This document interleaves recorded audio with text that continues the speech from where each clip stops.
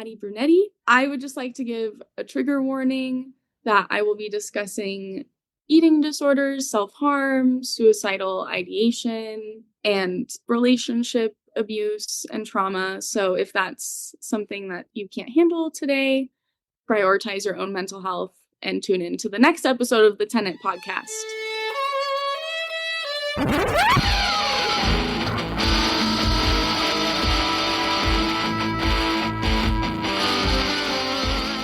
Spanning the globe to bring you the constant variety of art, it's the Tenet Podcast. I'm Todd Pearson, coming to you from the 40 West Arts District in Lakewood, Colorado, and joining me from his studio on the Road of Enchantment, you know him as quite possibly the most interesting man in the world, my partner and friend, the one and only Wes Brown.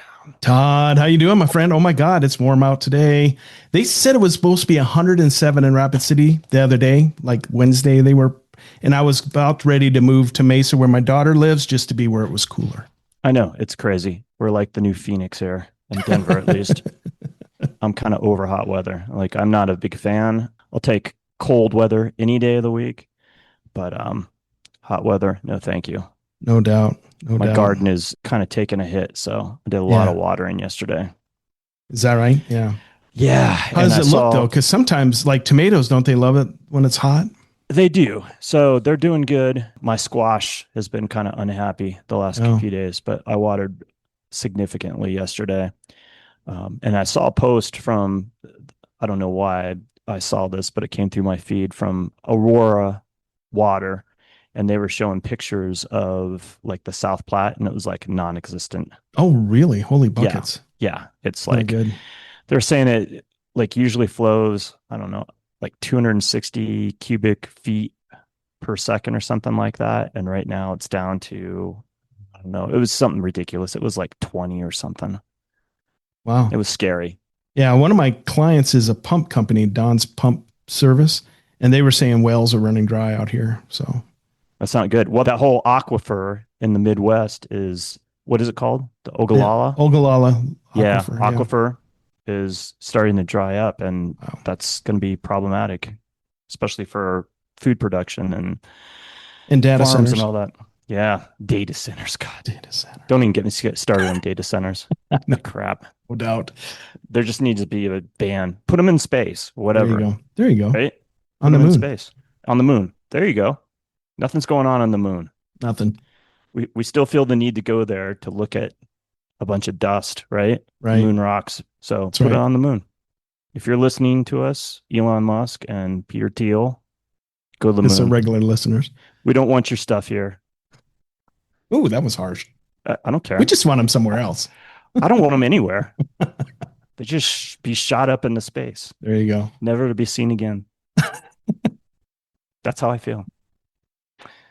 All right. On that note, should we get busy here? Let's do some art. All right. And before we get into this week's interview, I want to remind everyone that our annual art festival that we host at the Fleischer Family Farm here in Lakewood happens September 12th. It's Art and Ag 2026. Mark your calendars and come out, support local artists, and buy farm fresh produce. I was there yesterday. I got the most amazing green beans that Paul was selling. Wow. Yeah, they were really yummy. My wife sauteed them up with some lemon and butter. They were out of this world. If you're an artist and interested in participating or know someone that would be interested, you can DM us through our socials and I will get you all that pertinent information. All right. We're ecstatic to talk with our next guest. I recently had the pleasure of experiencing her work as part of the US Group exhibition at Bit Factory Gallery and got to know a little bit about her via an artist talk that I got to moderate for the exhibition. You can check out her website at madibrunetti.com, and you can follow her on Instagram at fairy.boots with a Z on the end. Nice. Madi, nice to see you. Boots with a Z. Hi. Boots with a Z. Hi, Madi. It's so good to see you. I'm glad you could join us. This is great. Yeah, I'm so excited. Thank you so much for giving me the opportunity to talk about my work. Yeah. It's such a cool podcast. Thanks. We appreciate that. Yeah, we'll take that any day. Exactly. How did you come up with that Instagram handle? Just going to ask that. Oh, really? Yeah. It is a reference to my favorite Black Sabbath song called Get Fairies Wear out. Boots. I Yeah. love that song. What's the name of the song again, Maddie? I'm sorry. Fairies Wear Boots. Fairies And Wear then there's Boots. 2 slashes, and then after the slash, it's Jack the Stripper. Nice. I love that song. But I yeah, almost wore my Black Sabbath church or a shirt today, but my studio's in a church and I thought I might explode in the flames if I walked in with it. So I decided against it. This week has been kind of spotty as far as luck is concerned. So it's like, I'm not going to roll the dice today. Well, yeah. So that's cool that you like old school rock and roll, or hard rock, I should say, probably. Yeah, I grew up, my dad would take me to elementary school and we'd listen to a Korn CD that he had burned with all of his favorite Korn songs and like Tool and Metallica, all sorts. And he's just been into rock my whole life, and that imprinted on me. And now I like love more extreme stuff than he likes, and he thinks it's crap. But So what's your favorite artist currently that you're my listening? favorite band is called 200 Stab Wounds. 200 stab wounds. Okay. Yeah. They're a death metal band from Ohio, and I describe their music as kind of like straight out of a slasher movie, and it's like it's very good. And then I also really love Fulci because they're inspired by like the Fulci films, if you're familiar with that subsect of horror, which I'll get into probably later because it really influences my work. But Perfect. Yeah, all of their music is like paired with cool horror visuals, and yeah, it's awesome. I can see that like you're really inspired by it because your eyes sparkled a little when you were talking about it. So that's awesome. Yeah. That's cool that your dad introduced you to that music growing up. Yeah, he's been always a big part of my life, always a huge supporter in everything I do, even my art, and my mom too. Like they've always been like, do what makes you happy, even though art doesn't necessarily make you money, but they've always supported me in that. And I'm so grateful because I know so many artists that unfortunately like don't have that experience. And then it is twice as hard to break in and like be able to show at a gallery and like have an artist talk. Like I've only been able to do these things because I've had the support along the way. And yeah, that started young with like my dad just being weird and cool and letting me sit in the front seat of the truck and bang my head to corn. There you go. Nice. Weird and cool dads making the world go around. Yeah.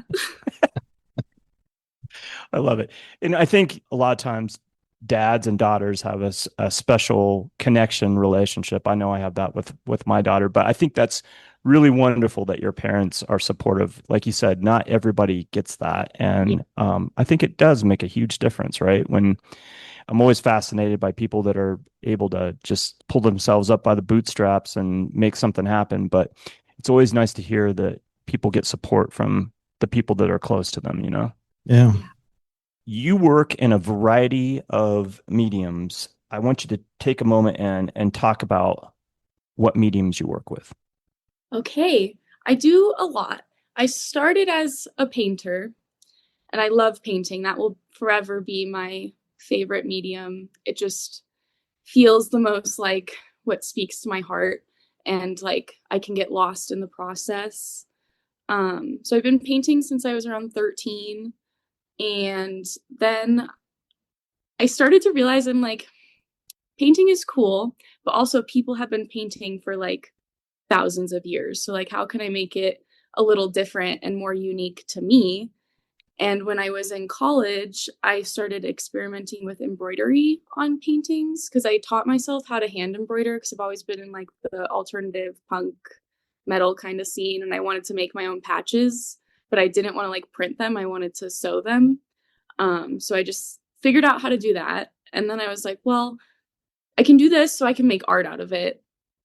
And I was fortunate enough to be able to do like an independent study where I got to really experiment with like, how do I actually sew a canvas? And like, will it ruin it if I do this, and really play and kind of fail and figure out my method now, which is like not necessarily the same as embroidery because it's not as smooth. You have to like pre-punch the holes that you sew through. So I'll take a needle and pliers and have my painting in my hands and like stab holes where I need to sew and then thread the thread through, kind of like how you have to do with leather. Because canvas is pretty sturdy, and with how the like stretchers go in the back, you have to kind of pre-plan where you're going to put things, because there's not exactly an easy way to reach certain areas. I learned how to do taxidermy. So I taxidermied a rat for the first time a few years ago. And I want to get into more like being able to like process my own roadkill, like maybe have beetles. I think they're dermastoid beetles that will eat the flesh off of bones. And you don't really have to do you have to do some processing because they don't like certain parts. But yeah, there's videos on Instagram of like time lapses of these beetles just going nuts and like cleaning a skull clean. It's awesome. And speaking of bugs, my biggest passion, I love pinning insects.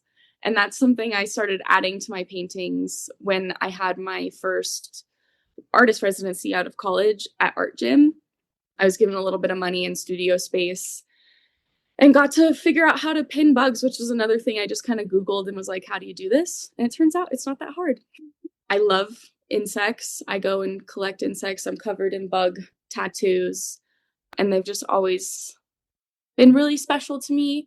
More special as I got older, because I think they started to symbolize more after I had been through a lot of things and trauma and like losing people and figuring out how to take care of myself and all of these things. I feel like bugs were like such a metaphor for being alive, which is so interesting because some people look at bugs as these like annoyances and like pesty little creatures that they can just like kill, as if bugs don't literally have dreams, which they do. Science is like figuring that out. And like they've figured out that certain larvae have facial recognition. So they'll be in their larval state and then pupate, and they'll recognize people that they saw as larvae.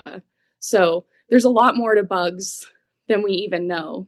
This is an interesting point because I was just listening to a podcast last night. They were talking about sleep studies. They're actually doing sleep studies on fruit flies. Yes. So yes, exactly. Just because something's small doesn't mean it's not intelligent. I think that's something that humans have completely wrong about the world we live in. So I pin bugs, love bugs, and then that gets me into my last kind of modality. Well, I also draw and like do a lot of 2D stuff, but I do sound work. I didn't have any sound at Bit Factory, but in the past I've created kind of like soundscapes to go with my paintings, and they've kind of been like earwormy, bug crawling, like crunching, very unsettling sounds.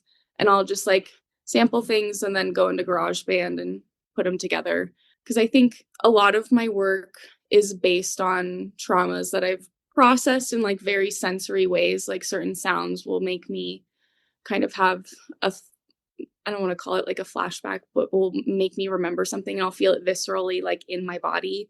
So my past traumas are very sensory based, and I felt like sound was something I wasn't really tapping into. And so that's when I kind of started exploring that. So do you create sound like a Foley would for a movie? Like, are you crunching up paper or ripping stuff, that kind of sound? Or I'll take you samples from like, there's this program called Splice, and you can just like get thousands of samples downloaded, and they're just like short second clips. So I'll find a bunch of different ones and then put them together. But I would love to experiment with actually taking my own sounds. Like, for example, I went on a road trip during the huge cicada emergence. I don't know if you remember that. There were like 3 trillion cicadas emerging at once. And so I went to Illinois to go visit them and collect some from each brood. And I wish I would have had like sound recording equipment, because the sound in the forest was unlike anything I've ever experienced. It literally vibrated my body, and I needed my earplugs. It was so loud, and it like vibrates your face. It's crazy. And then how they get like completely silent when you walk by, and if you stay still, they'll start to sing again. And I just had such a magical time, and so lucky that my mom came with me. She was a little embarrassed to be around when I was just picking up dead cicadas in a parking lot in Illinois. but she was along for the ride. So when I lived in Iowa, they had a cicada, what do they call it? Hatching? It's like an emergence. And they are deafening. Like, it's really cool for a while. And then I could see like, oh my God, this is going to drive me mad if they don't stop. Yeah. So. And see, for me, like, I want to be there for that all the time. Like, there's just something about their singing that just like deep in my soul just gets me. And I love it so much. And I just think they're so beautiful. And they're so funny when they fly because they're big and they can't fly very good. And they just are like tanks. They run into stuff and bounce off and they're fine. It's actually only the males that make the sound. Okay. They have a specialized organ called a timbre, which is like a little thing in their body that just goes up and down and vibrates. So they make that sound, and it's to like attract the mate. So if you hear them suddenly go quiet and it's not because you just walked by, it's probably because they found a lady. Nice. Yeah. Interesting. Yeah. We're getting an education today. That's right. Entomology. Right. Yes. That's cool. I love cicadas too. If I could go back, I would have done entomology in school, but it's okay. I did art and I just study entomology for fun. There you go. And it's never too late. If you want to go get a degree in entomology, it's never too late. Maybe once I retire, because I'm hopefully starting a master's program in January. Which we can do this later, but I'm going to be going into social work. Wow. Okay. But yeah. So I got a question about pinning. Do you pin them after they're dead, or do you pin them alive? And what steps do you have to take to get them as beautiful? Because I've seen just absolutely gorgeous butterfly pinnings, right? So talk about that. Pinned alive, you're horrible. Oh my gosh. I didn't know. I don't know. That's why I'm asking you, the expert.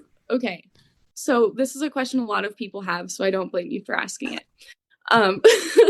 And like, I have killed bugs before. It's not that like I don't kill bugs. Like, for example, invasive bugs like the Japanese beetles, I kill those guys on site because you have to. They ruin our plants and like kill everything and we'll just munch. And it's not their fault they're here, but they're a detriment to our environment. And how you humanely euthanize a bug is to either freeze it or put it in a container with like a cotton ball with alcohol on it, and that will humanely kill a bug. Allegedly. Yeah. So I've heard like spiders being froze and then they unthaw them and they come back alive. Yeah, and that's why the alcohol is more of like a surefire way, but that just feels wrong. It feels like I'm gassing them. I'm like, freezing to death, it's just bad. I hate it. But like, for example, I found black widows and I have pets. You can't really have those around with your pets. Or like, I have a little niece. So, there's just. So do you kill them or do you euthanize them? Euthanize. Euthanize, I'll call it, just to make me feel better. But back on track. So I usually, you don't pin bugs alive. Okay. You pin bugs when they're dead, but you do have to rehydrate them to be able to get them to move. So if you find a really fresh bug, you can pin that right away. What I'll usually do if I find like a fresh specimen like that, I will put it in the freezer. For example, my cicadas from Illinois are in my freezer still, because that keeps them the freshest. And so to rehydrate them, I just put them in a jar with a little bit of like alcohol and water soaked paper towel for a couple days, depending on how old it is. Like if it's really old, it might need like 3 days. If it's kind of new, it might just need 1. And then you pop it out, and I have a little board that I pin them on, and it's really cool to see their wings rearticulate. It's just like kind of like in taxidermy when for rats, you like stuff the paws with clay and the paws go when you do that. And it's kind of like that when you pull the wings out. It's really cool. And you get them to the perfect position. You can kind of like feel it click. I kind of sound like a serial killer right now. And that's, I'm realizing that. No, but you're fine.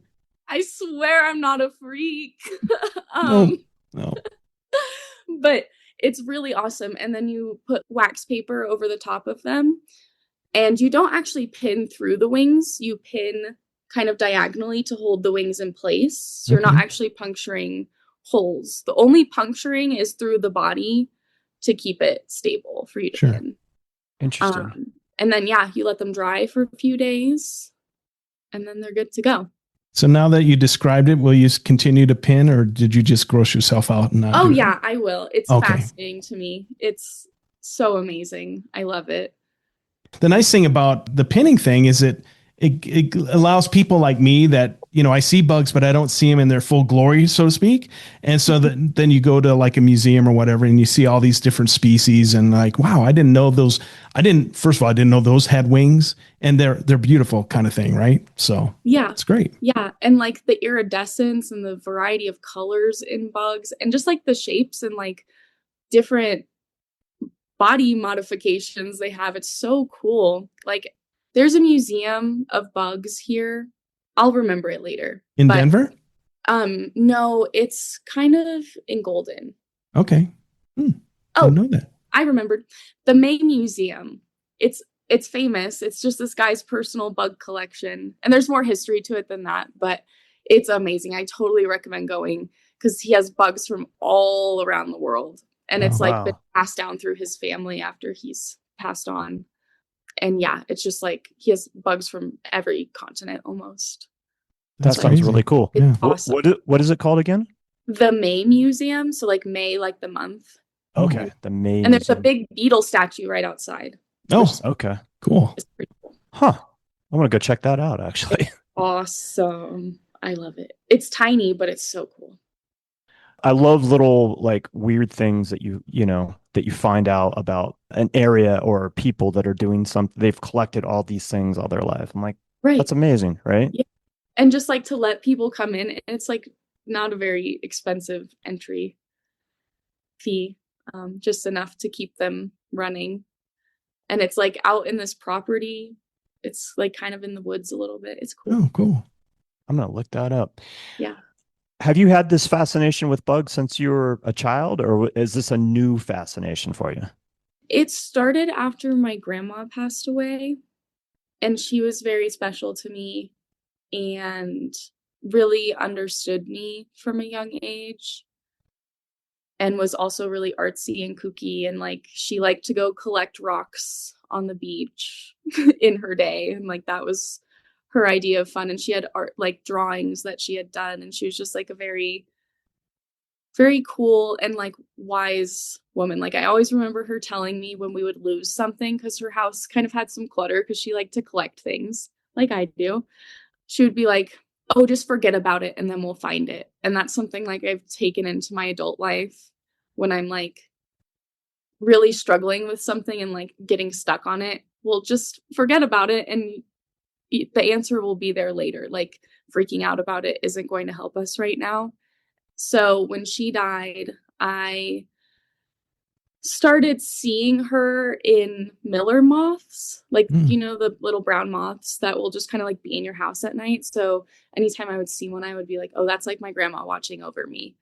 And that was actually the first tattoo I got as an adult. My very first tattoo was when I was 16. My parents, for some reason, let me go get a tattoo, and it's matching with my best friends. They were like, for going through therapy, because that was a big hurdle for me, was actually like going to therapy, you can get a tattoo. And so that was cool.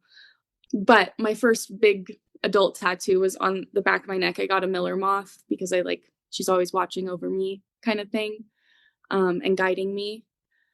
So that kind of started there. And when I was a lifeguard, that was my very first job. I was a swimmer growing up. So this competitive swimmer to lifeguard pipeline is real. And we would get moths every summer, like in the little lifeguard hut thing. And everyone would freak out and they'd be like, oh my gosh, there's moths. And even in the rec center I worked at, we would get moths inside and people would freak out, and I'd be the designated moth catcher and releaser. And then when I started picking them up, I was like, oh my God, they're so cute. Like, not only is it like, has it been symbolic for me growing and like grieving my grandma, but now I'm like seeing them up close and their little eyes and their antenna and they're fuzzy. Like, how freaking cute. Why don't people like these? And I think the fascination really came with like everyone else's perception of these is that they're scary and annoying and get away from me. And I'm like, why? I don't understand it. And like I think that's similarly to how I felt about myself growing up, is like people just like didn't understand me, perceived me away from the outside, but then once they got to know me, they were like, what's wrong with you? And so it just made me feel very othered like that. And I'm like, I'm gonna like cherish these creatures that aren't loved by everyone else, because like they're lovable. And I see that. And like I want to just like pick them up. And the fact that they let you pick them up, I don't know. They're just so much more charismatic than people give them credit for. Sure, sure. So I seen a picture on your Instagram and you have a moth on your chest, right? It's actually cicada. Is that a cicada? I was wondering what that was. So it's a cicada. Did that one represent anything specifically, or is it just because it's cicada you got it? Well, cicadas are my favorite bug. So got to get it on my chest because it's what everyone sees. And also, they're my favorite because of their transformation process. They like wait underground until it's the right time and then literally come out of their skin, leaving the shell behind to become these like magnificent screaming creatures. Like, you have to perceive me and see me. You can't just ignore. And so I really just love that about them. And so, yeah. So metamorphosis kind of things is pretty metaphorical for you. Yes, it is. And it has been throughout most of my life. Mm-hmm. Yeah, we all change. Sometimes we don't think we do, but we do. But it's cool that you could recognize that and then fall in love with something that as a metaphor kind of thing. Yeah. And changing has just like always been a fight for me. Like, change is hard for everyone. As a neurodivergent person, change is like really, really hard for me. So I think the brutality of insect metamorphosis, I really resonate with that, because that's kind of just what it feels like to be alive sometimes, is you're just having to fight and change, even when it's like hard and scary and sounds like snapping and squirming and, you know, all of those things. You know, and I think like the butterfly, right? They go in as this, caterpillar, right? And don't even look like a butterfly. And then they come out completely different and beautiful. So, yeah, it's awesome. And but it's not without being a worm first. Like, they couldn't be the butterfly without being a little worm. There you go. And with the cicadas, they hibernate, or they go through that metamorphosis. That takes like years, right? Like they only come out every so many years. Is that correct? Yeah. So we only have annual cicadas in Colorado, but other places have the periodical, which either take like 13 or 17 years. Wow. And it's really awesome. But there's several different broods, which is why you'll get like big cicada years in places like that. Not every 13 or 17 years, you know. Are the broods different species of cicada, or is it just a collection, a specific collection? They're not different species because they're all periodical. Okay. So they're all going to be that kind of like black and orange-eyed little guys. But there's different species around the world. Right. Which is where you get those like really cool blue ones. But so there are different groups. So different laying years that scientists have like tracked and studied. Nice. But we only get annuals, which are the green ones, the dog day cicada, which come out like right about this time. There's some living in my neighbor's backyard, and I'm so jealous. I'm so jealous. Do you go back in your backyard and listen to them? Yeah, I do. And I also, because my dad is friends with our neighbor, I made him text him or call him and let me ask to keep the dead cicadas if he finds any. Nice. Right on. Love that. You said that change is difficult for you, which you were talking previously about your grandmother and how she taught you, she had this sage advice as far as letting things go. If you lose something, just let it go. And I mean, that's great advice, because usually that thing will reappear at some point. If you just I have a tendency to be a little OCD about it and kind of lose my mind and want to turn my house upside down when I can't find like the smallest thing. Right. But you embracing that at such a young age, I mean, that's pretty remarkable. I think that's a great attitude. What are some of the things that do affect you, though, as a neurodivergent person, is hard that other people would just take for granted? Yeah, I think just something as simple as like a change in my routine day to day really affects me and gives me quite a lot of anxiety. Like if I go to work and I'm like expecting one kind of day and then I have a different kind of day, like then I'm burnt out for the rest of the day. Like that makes working, like going to the gym after work hard, which is something that's also important to me. Like I run marathons and that has been part of my healing journey. So being able to regulate at the gym is like, or on my run is very important to me. And for example, like the air quality being bad has been like the hardest thing. Like I just ran my 5th marathon in Aspen and I didn't do very well. And it's because my training has been so impacted by not being able to run outside because our air has been horrible. And then not being able to run outside has then made my mental health like really, really challenging. And then I'm not able to like decompress in a way that I usually can count on. And that kind of like spirals out of control. Like then I'm not feeding myself properly. And then that becomes a really slippery slope for me as someone who's in recovery from an eating disorder that lasted about a decade.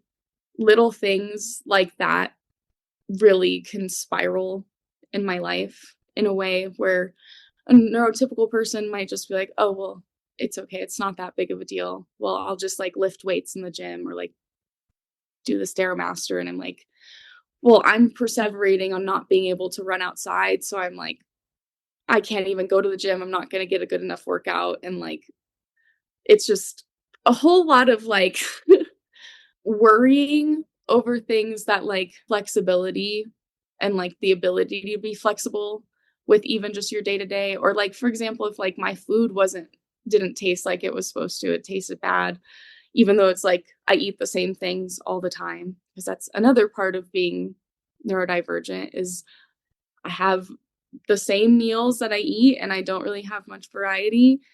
And so when things like that aren't available or aren't don't taste the same, like then that sets me off and then I'm not eating properly again, which is very difficult. It all kind of starts to like trigger me back to like not taking care of myself. And that's what's so tricky is because as an adult, like that's what you gotta do.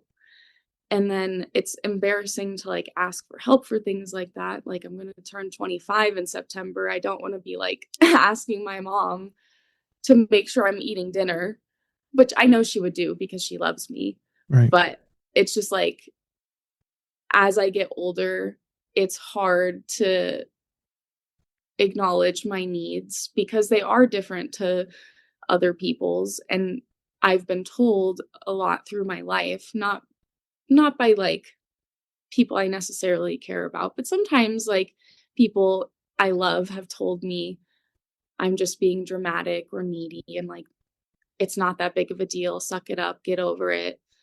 And like it is that big of a deal to me because it's like dysregulating me to a point where I'm going to freak out.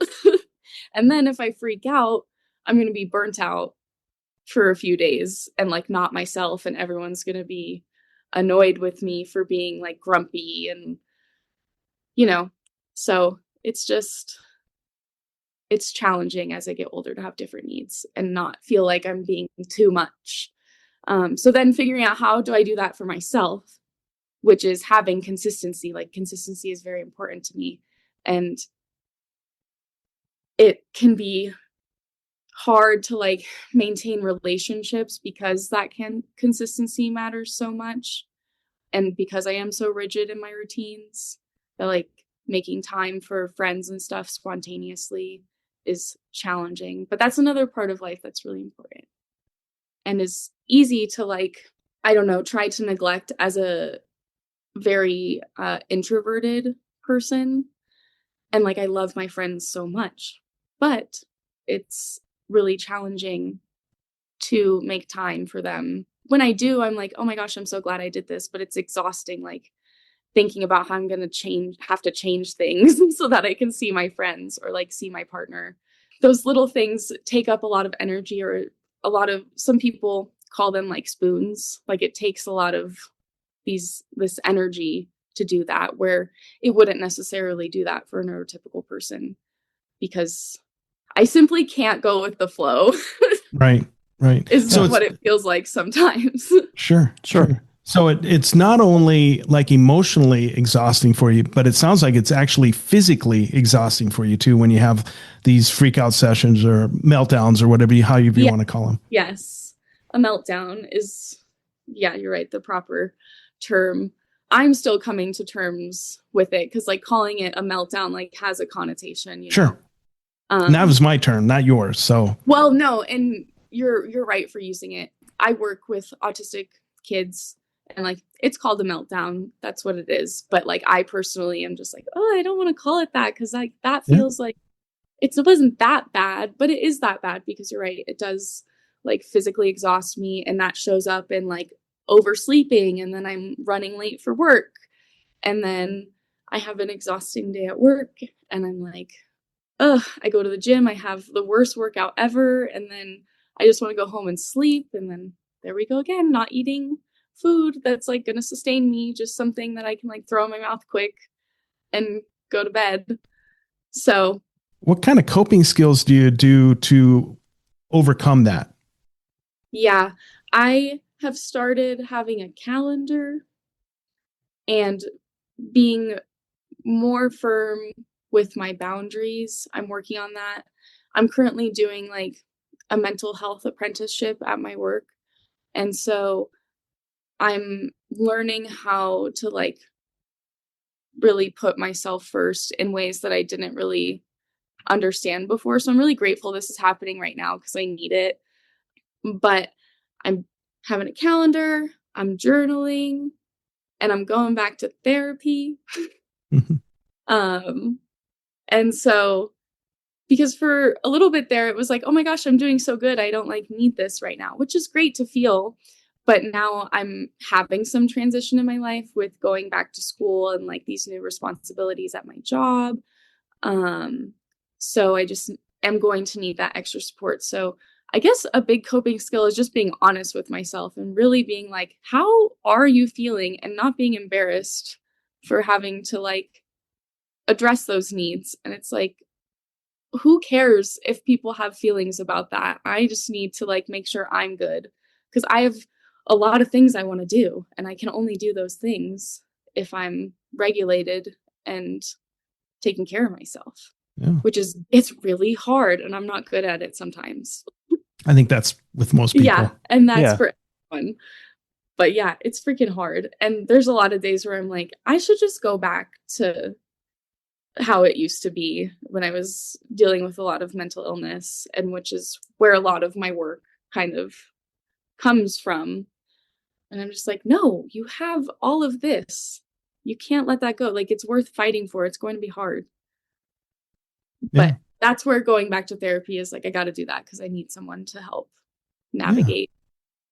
Well, and that's very mature that you even think that way, because most people don't think that way. Like they're afraid of therapy, afraid of self-discovery, but man, it sounds like I mean, not that it's not, still isn't hard, but I think you sound like you have it somewhat under control. So, that's great.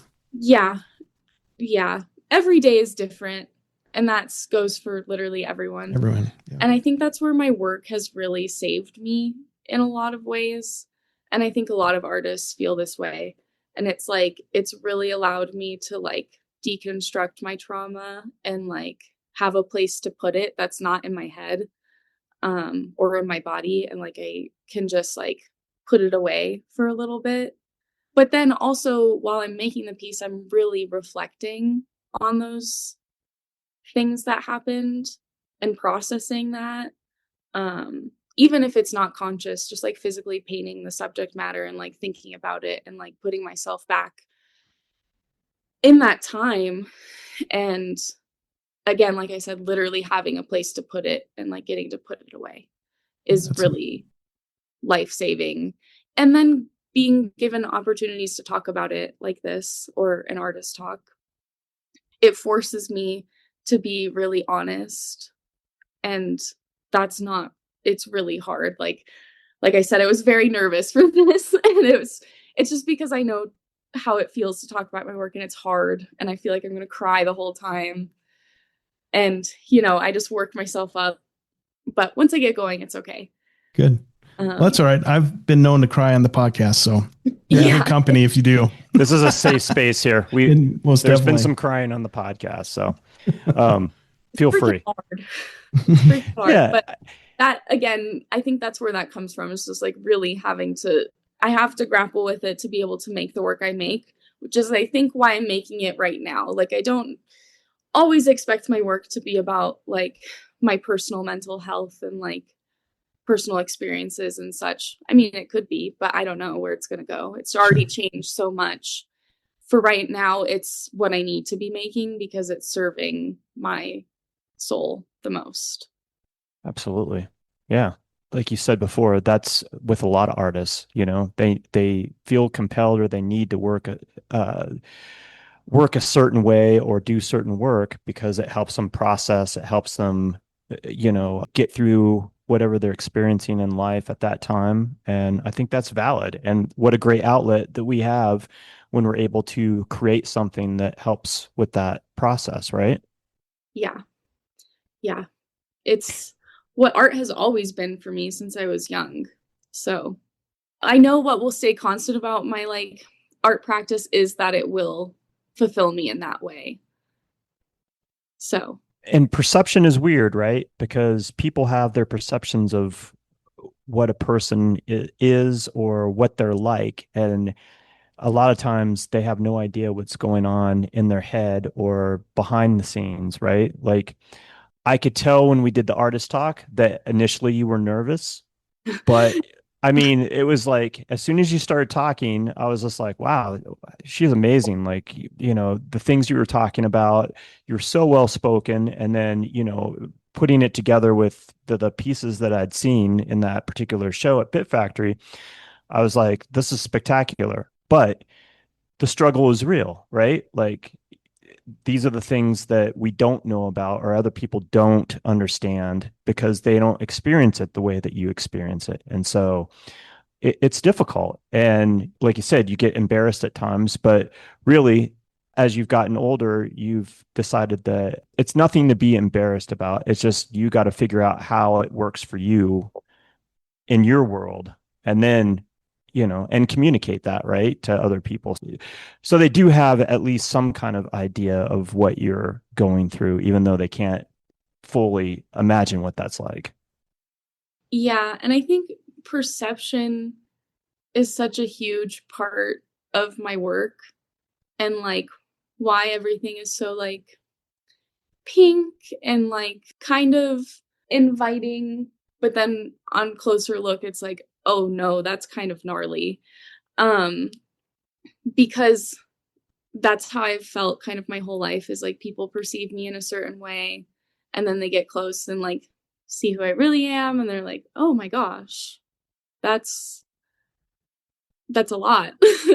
Or not like that's a lot, but like that's different than how I thought you would be. And the right people in my life, like that doesn't scare them. That just makes them, I don't know, understand me and like want to understand me and help me and like be there for me.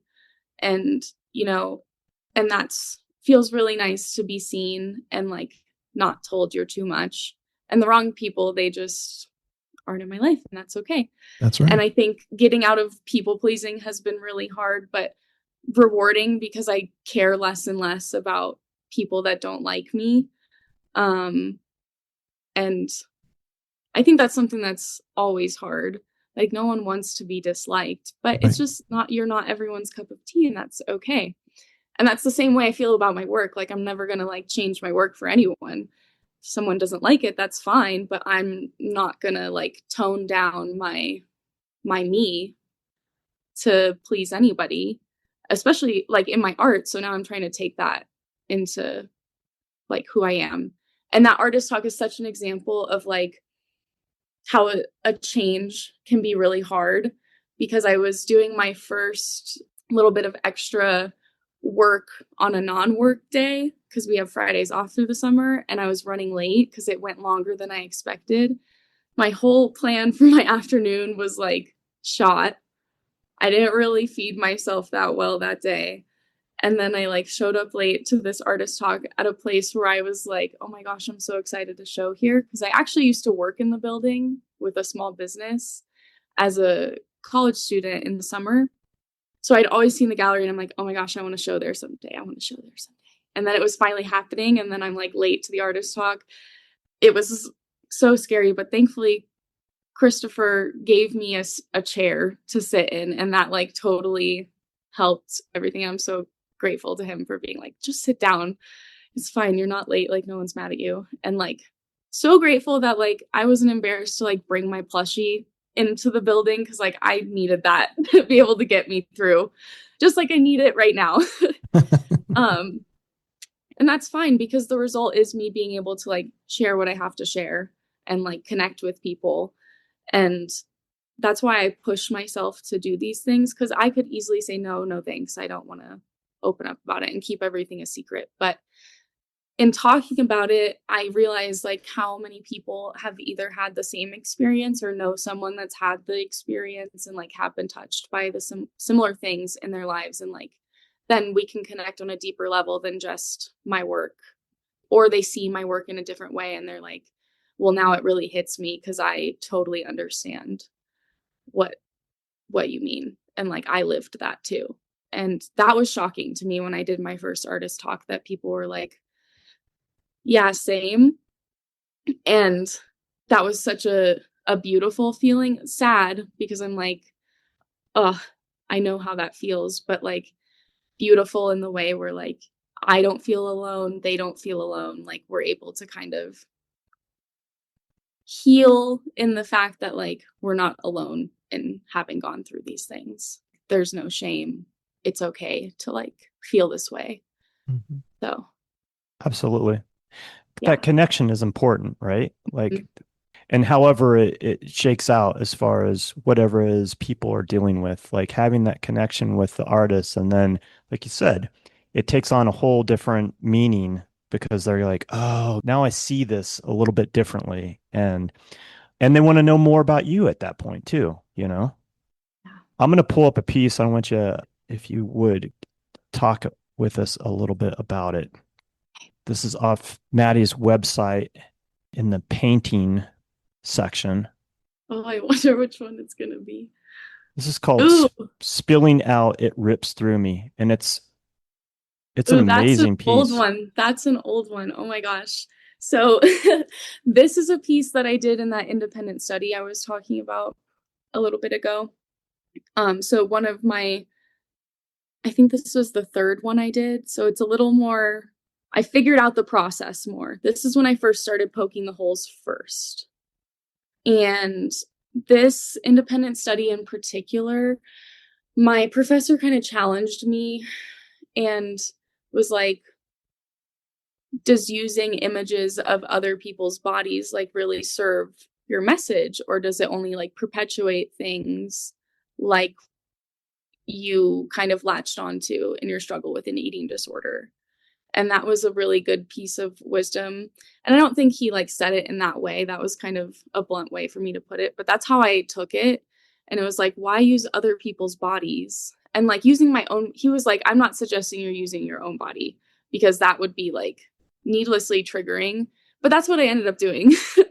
And so I took pictures from when I was sick because I have kept those images for like art purposes, and I used them in these portraits. So all of the things in this series are from when I was sick, and that really kind of catapulted me into like doing self-portraits later.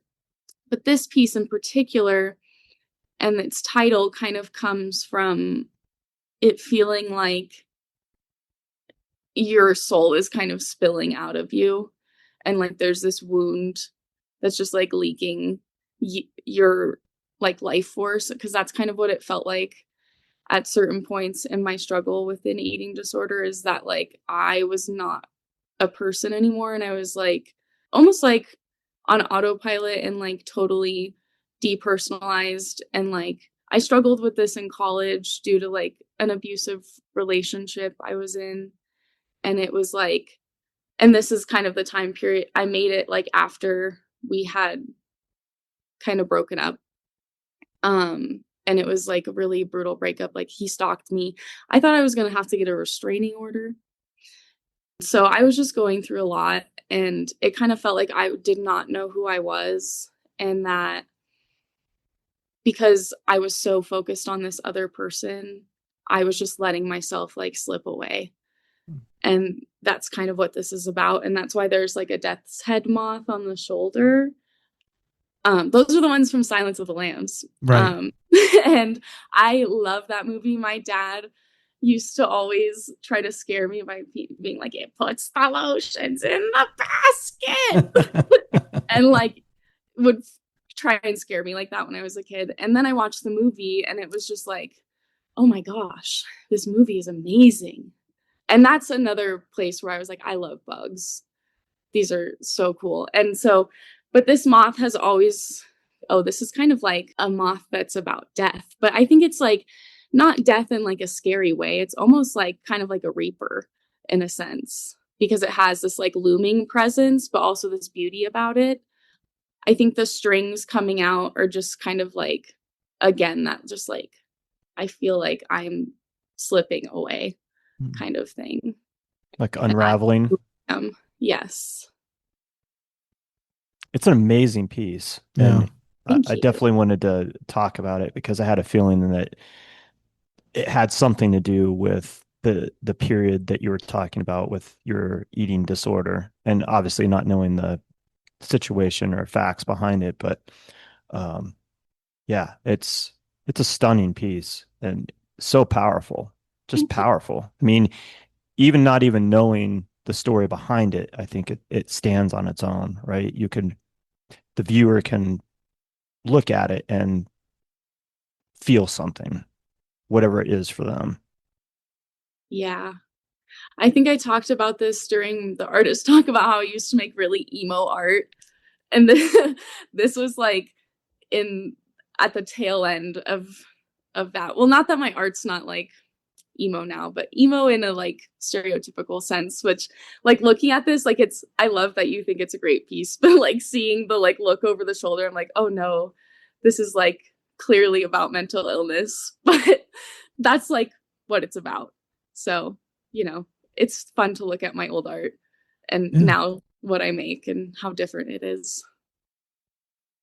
Now, this relationship triggered this eating disorder, or that was something that was happening prior to No, that that? was just something that was happening.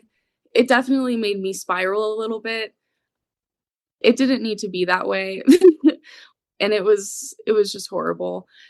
I don't know. I look back and I'm sad because I'm like, I wasted a lot of my college time like preoccupied with this other person who like did not care about me and like was I don't know if it was intentionally like emotionally manipulating me with like communication, and like there were times where like I thought he had died from like drinking, and like it was very very stressful. And I was not even 20. I was 19. And so I'm like, why I'm so sad that time got wasted on this jerk who was not worth my time. And like I let totally fuck up my head, which I know is like kind of victim blamey of me to be saying. And it's like not my fault. But it was just it was a really hard time, and I totally relapsed into not eating, making myself throw up, hurting my like cutting myself. Um and I would do those things. He would see it and like he wouldn't even care. I think I was just like going so hard because I was like, why can't this relationship be about me for once? Mm-hmm. Like, this is always about you and your struggle and like how I coddle you and like save you and like all of these things. And it was not great. Um, And I think that's why I was feeling like I was literally unraveling, because I was not living for myself. I was living for another person who didn't care about that. Yeah, that's tough. It is. I think a lot of young women experience something along those lines, or it seems like, at least. I've seen it with my own daughter. I've heard it from other people that, have children that, and that's difficult as a parent, not being able to help out in some way, shape, or form, right? Oh, my parents were like, "What are you doing?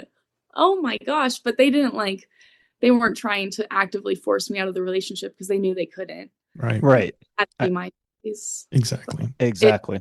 It took drastic things for me to be like, "Oh my God, he's horrible." It's good that you had that realization that Yeah.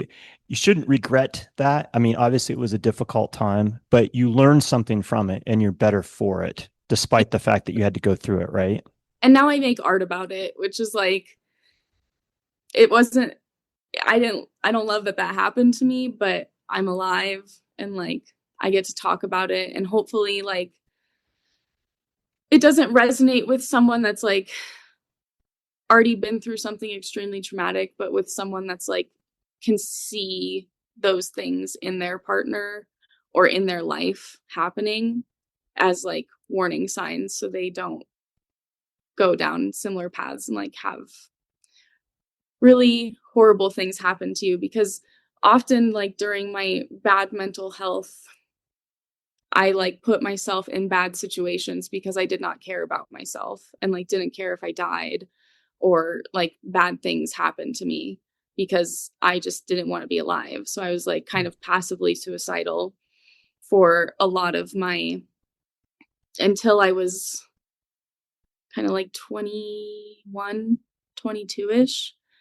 And that then I got diagnosed with OCD and realized that that was a big factor in why I was like having so many compulsions just to like harm myself in different ways, like drive off the side of the highway kind of thing, or like jump off things and like, or still self-harming. Like I didn't stop self-harming until I was 22 and started running marathons. And I credit marathons to saving my life, because they kind of helped me focus like all this like willpower and rage and all these feelings I had into a good thing, instead of like using it to harm myself, and like something that like forces me to take care of myself. That's what I love about running long distance, is like it really forces me to like eat my food, sleep my hours, drink my water, stretch, lift weights, like do all of the things. That's what I love about marathons, is it taught me how to take care of myself. And like that's what really made me want to get better, is because I was 22 and still calling my mom crying about eating a salad at work. like and like I wouldn't eat applesauce because I was afraid of the sugar in it, but there's no added sugar in applesauce. I just I was having so many like crazy fears about simple things that didn't used to scare me, like fruit, vegetable always used to be a safe food for me. And then I don't know, well, I do know what happened. I was again dating someone that wasn't great. And it kind of caused me to have a lot of feelings about my body. Like he would say things like I was giant, because I am a tall person. But that like really was hard for me. So I started having a lot more fears about like safe foods. And then yeah, and that was the time period where I was having to self-harm at work. And that was another thing that was really just like, I don't like to say embarrassing, because it's like I was struggling really, really hard. But it was like I can't sit at work without like having to go to the bathroom and cut myself. And that's like, why is this happening? It's It's because I have OCD and thankfully have gotten medicated, and my therapist and psychiatrist really helped me through all of that. And I realized that like it's not shameful to like have to be on medication, because when I was younger I used to do things like hide my meds, and that was always embarrassing. Like my mom would find them and she'd be really disappointed, and I'd feel like shit, and it would just make everything worse, because I knew I was like just making them spend money on things that like that I wasn't taking seriously. And I just like couldn't force myself to care. And I think that's why I just like kind of shut down and just said, okay, I'm just going to recover for pretend and then learn how to hide better. So that's kind of why things lasted as long as they did, because I just wasn't ready to get better and no one could force me to. Right. And I think figuring out that I had OCD and that I'm neurodivergent both really has helped in my recovery process, because it's like helping me accept things about myself that I really thought I should die for, because I thought I just wasn't lovable and couldn't see all of the amazing people and like things I have going for me. Even people saying that you have so much going for you, that's a really hard one for me, because I'm like, I literally didn't think I would live to be 18. So then when I turned 18, that was a weird process and like gave me a complex. But now it's like every birthday is like, wow, I get to be this old. That's so freaking amazing. And like, I'm here and I'm doing hard work to be here, because this used to be really, really, really hard. And now it's only really hard. Not to like trauma dump, but I think it's like important context for my work. Sure. Absolutely. And you come from two loving, supportive parents. So this is what people need to understand, that even though you come from a good environment or what have you, you can still experience these things, these mental health problems, or, whatever it is, it can still happen to people, right? Yeah, it can. And I think that's was so hard about struggling for so long, is I'm like, why is this happening to me?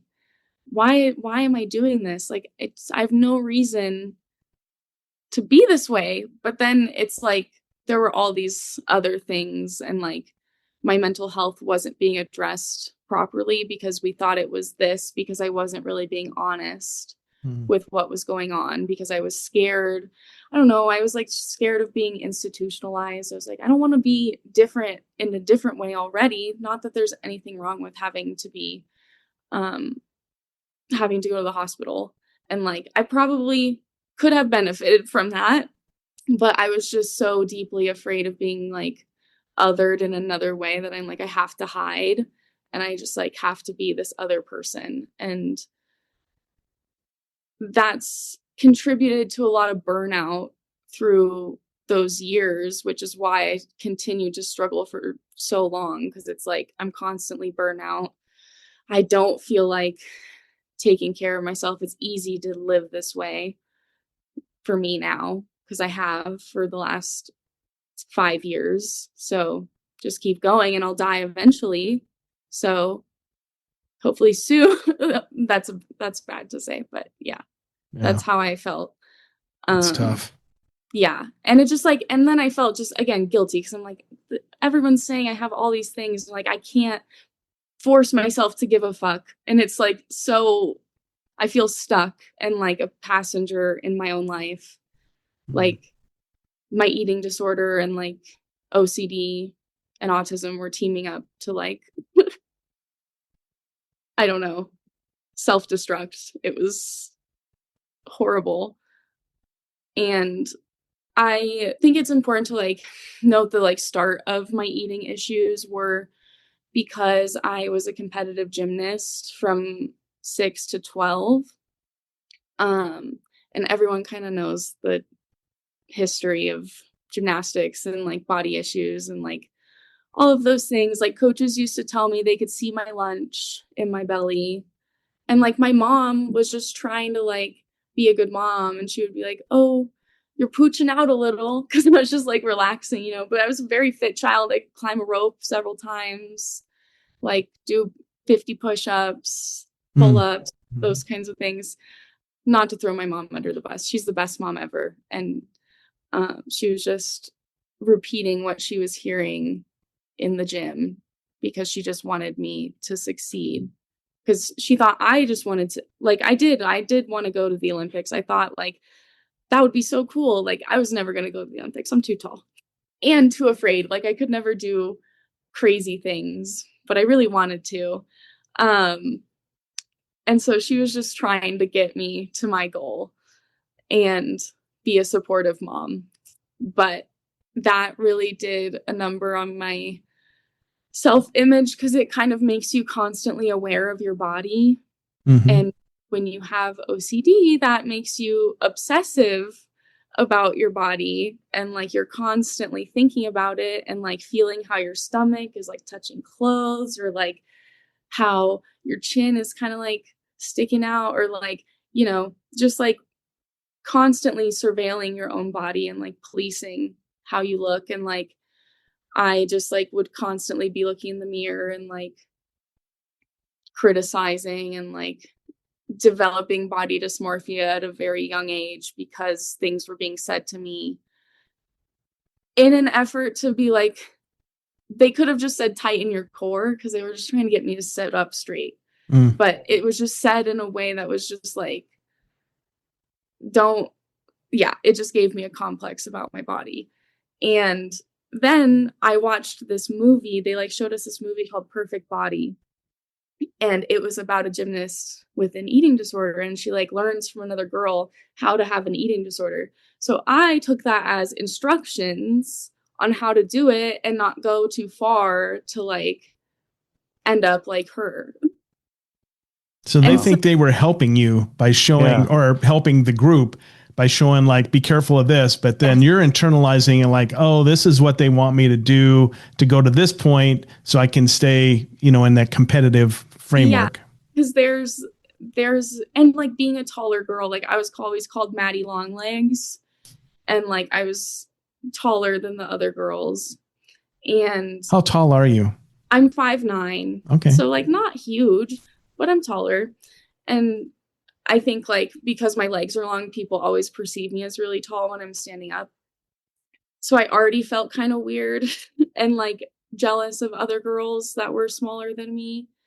And so then I saw the movie, and there's a part in the movie where she does really good at competitions. Like she's so good. And then eventually it like falls apart. And like, that's where the lesson is supposed to be, which is why we were watching it. But I just interpreted that as like, I already feel these things, and like, these are basically instructions. So here's what I'm going to do. And yeah. Plus everything is amplified, right? Because you're neurodivergent. So, take it to the nth degree. Yes. Yeah. I mean, it makes sense when you lay it out, right? And a lot of times people don't realize how important the way that they communicate is, right? Like even when they think they're being innocent, sometimes the simplest things can be hurtful in some way, shape, or form. And you don't know how that's going to be taken by that person that, you've said it to, or it's been said to, right? Yes. And a lot of like, I've always been a quiet person. I'm starting to grow out of that and speak for myself and like understand that like my opinion is like worthy of like other people hearing, and like I don't need to like be quiet all the time. But when I was a kid, I was very quiet. So I would take things very literally, but I wouldn't like talk to anybody about that. I would just take it as this is the truth. Like these are trusted adults. I'm going to take their word, and that's the law now. And so I wasn't really asking questions or like making my interpretation of things like known. So I think that's where a lot of things kind of slid under the radar.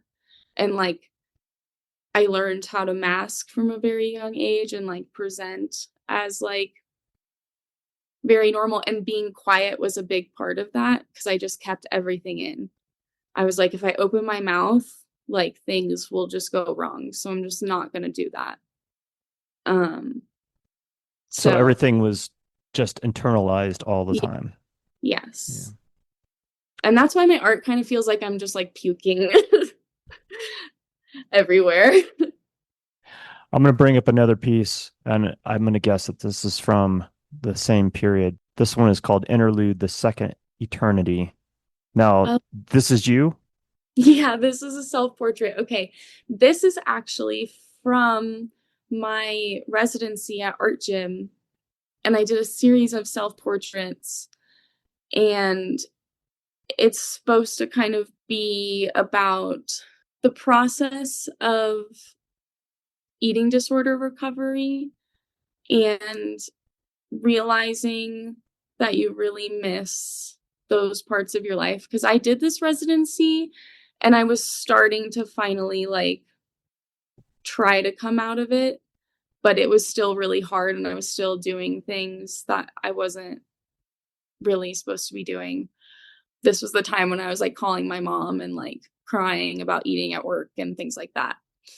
And so this piece in particular is kind of about when you miss being really sick. And because I felt like at this time I was like kind of on the verge of like a full-on relapse into like really, really bad behavior, because this time was more like maintenance. So I was just doing what I had to do to like get by and like regulate myself through my eating disorder in the way that I have for so long.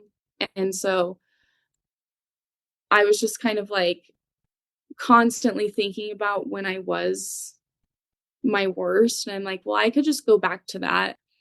That was like what this painting was about, and how it kind of just feels like all of these like things are pulling you back in to those bad behaviors, and you're kind of slipping back into old things. Like these tendrils kind of going throughout the piece kind of represent the stickiness of mental illness, and like how eating disorders have a tendency to kind of just creep their way back in when things get really hard, or like when you're just about to kind of like get out of it, they're like, get back here. You don't want to leave me. You don't know who you are without me, which was kind of true. Like I didn't. And that's what was so hard about recovery, is like, who am I? Like, what do I actually like? So it's like, ooh, do I really like want to go back to that? Like, that's what's easy, that's what's comfortable, but it's also going to eat me alive. So would they tell you that, like, you don't know who you are? You're nobody without me? My ED brain. Oh, your eating brain would say that. Like my eating disorder brain was like, you don't know who you are without Gotcha. your eating disorder. Like for me, I don't know if this is for everyone that has struggled, but some people have resonated with this. But your eating disorder kind of has a voice, like, and it had like a literal voice in my head, and still has a literal voice in my head. Thankfully, she's very quiet now. But it would literally talk to me. And it was just like myself talking, but a different version of myself. And so a lot of my paintings are kind of covered by this like distortion and like ooziness. And that's because that's kind of how the eating disorder feels, is it just kind of like sucks you back in, kind of like you're in a couch and it like gets you. That's a great visual representation, what you're saying. So I totally see that, like in your painting. Like I totally pick up on that. So Okay, good. to be able to express it in a 2D art, that's something that's interior, right? That's amazing. So now, are the butterflies real? Because it says, okay, that's part of the pinning process when you pin the insects to your actual art. Yeah, so there's a few bugs on here. So the big dark one under the eye is a Promethea moth. Okay. Then there's a fly next to the other eye, and it's like blue and sparkly, but you can't really see in the picture. Yeah.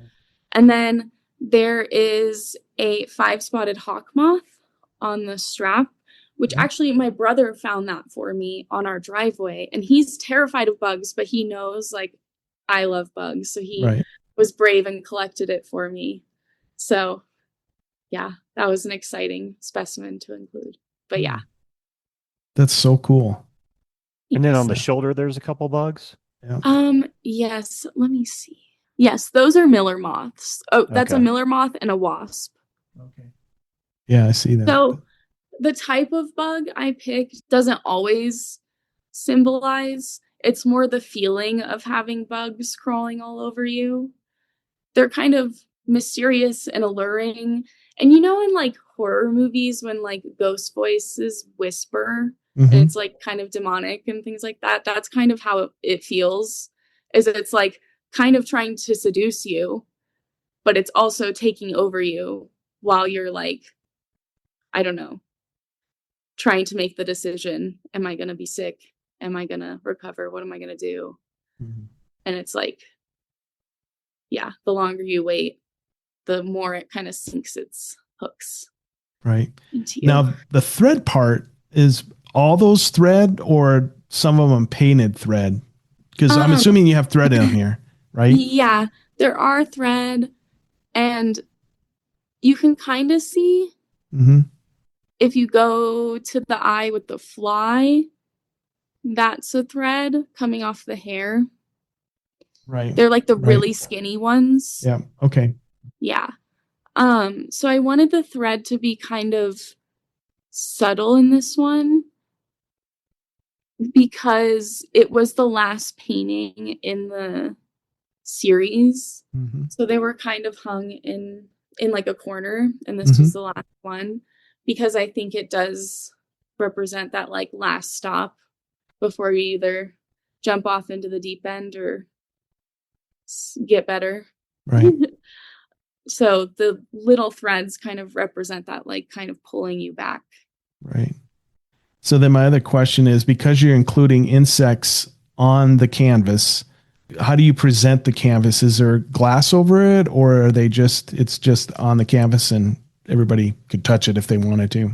Yeah, it's just on the canvas, but I ask people not to touch, and there's usually a sign that says like don't touch.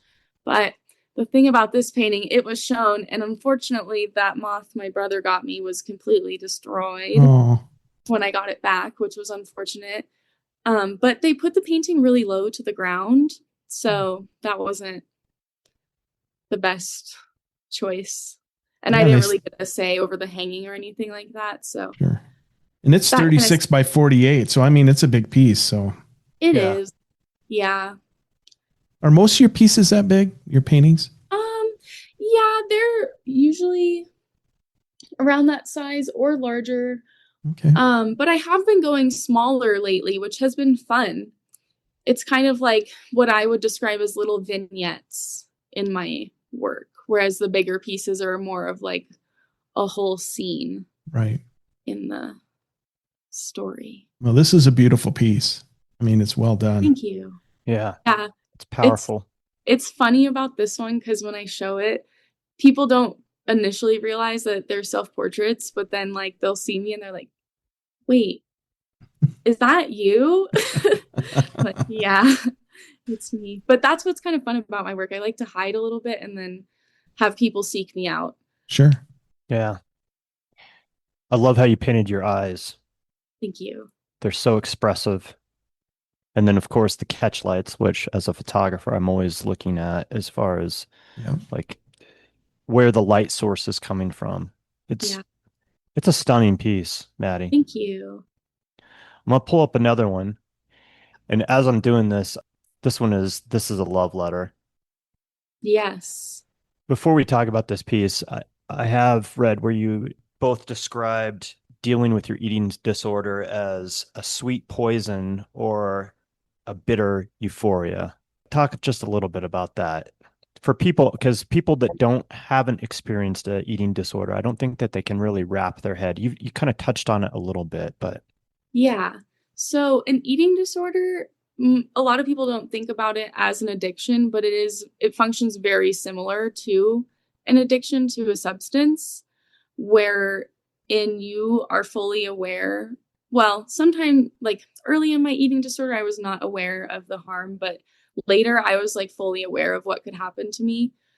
And I just didn't care because it brought me so much peace. Like my life was simple when I was sick. All I thought about was food. Yeah, that like consumed me to a degree, but like that's really the only thing I had to think about was like how am I going to avoid eating? What am I going to tell everyone, like my parents, like what I ate? How am I going to get rid of the food that they gave me? And like how just thinking about food all day, and like I didn't really have to think about how stressed I was about school. Like school was just a thing I did. Some people with an eating disorder then struggle with school. It was the opposite for me. It just like fueled me to like be the best I could at school and like focus on being perfect at that. It was like your jobs are food and school. And like I did sports, but that was just in my head, that was just a way for me to make sure I stayed thin. And I think that took a lot of love out of it for me when I started treating like physical activity like a punishment. And it always kind of felt like a punishment when I was competing at such a high level where everyone was so intense about it all the time. Like I did competitive gymnastics, and then I switched to competitive swimming, and then I swam varsity in high school, and then I quit because my parents said, well, you can't be vegetarian, which was the next step on my journey, was to be vegetarian. Well, I've never liked meat, and I think that's the neurodivergent thing. Like the texture has just always weirded me out. Like my parents tell stories of me, like they would hide chicken in my food and I would just pick it out. And texture has always been a big thing for me in food. So I was like, I don't want to eat meat. And like, I wouldn't admit to them that it was because it was like, this is another way for me to control my food. I need to do this because it's not enough what I'm doing. And I'm already, because your parents kind of dictate what you eat when you're growing up. And it's like, how do I take more control over that? Because I'm feeling like I don't have enough right now. And I'm not like hitting my goals that I have. Because like I would fantasize about like what I wanted to look like. And like I would look at people that looked like my goal, read on forums like tips, and like my whole life was consumed by this despite having a lot of other things going on.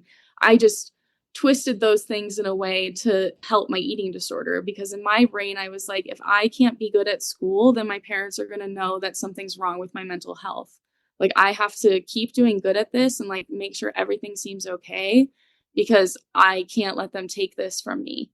And the thing that got me kind of exposed the first time was that my parents saw some self-harm I had done, and then they were like, okay, you have to go to therapy. So then they found out everything, but then therapy, just like I said, I didn't take it seriously, so I just kind of hid. And yeah. So an eating disorder is just, it can be very romantic because it's like, well, I'm delicate and small, and like those are things like I never felt because I was taller, and like I just wanted to be little and that was just not going to happen for me. And my eating disorder kind of weaponized that and was like, well, then you have to be as skinny as you can be because no one's going to like you. You're like literally a giant. And it didn't help that like the people that were interested in me were always like shorter than me. I was just like, I feel so unlovable and ugly, and like I hate everything about myself. I literally fantasized about peeling my flesh off and like cutting my fat with scissors, severely mutilating myself, which I think is like a lot where this piece comes from, is the distortion in the eye and like all of the like larva. It is about that like slow mutilation that happens when you have an eating disorder, because it's like set its roots and is like festering, and you're just a passenger because it really takes over your whole life. So it's kind of like, I don't know, sitting on a chair in your brain and watching yourself rot, and you have no control. even though you're doing it for control. It's incredibly complex what you're laying out. And I don't think most people think about it unless they've experienced it or know somebody that has experienced this, right? Like, Yeah. I think most people, and your particular disorder was anorexia or? Yeah, I had anorexia, and then it was like a subtype where I would make myself throw up on top of not eating much. So that, yeah, I But was not just like, like full on bulimia. no, because I wasn't like binging very often. It Okay. happened. It happens. I think it happens to most people because I don't know if you've ever not eaten for a long time, but then when you do eat, you're like, I have to eat the whole house. Right. So I definitely binged in my uh time with an eating disorder, but I went through a period where anything I ate, I would just throw up. And I literally stored cups behind my bed to throw up into. It's a lot of work to keep this thing going, right? Hmm. Yeah. And that's why I got so good at masking too. Because I'm like, I have to hide. No one can know about this. Everyone thinks I'm perfect. Right. And that also is part of that autism too, because you learn from an early age behaviors. We know this from talking to a woman and her child that was neurodivergent and autistic. That's a thing that you learn early on to try to fit in, right? Yes. And especially as like a female, or I hate using that word, as a woman, because there's so much more social conditioning with little girls than there is with little boys. Like, you can't be too loud. You have to be nice. You have to smile. You have to look pretty. You have to do all of these things. And I just was like, okay, these are like the rules. And so from a young age, I was just like hyper fixated on trying to be a perfect person because I always felt different.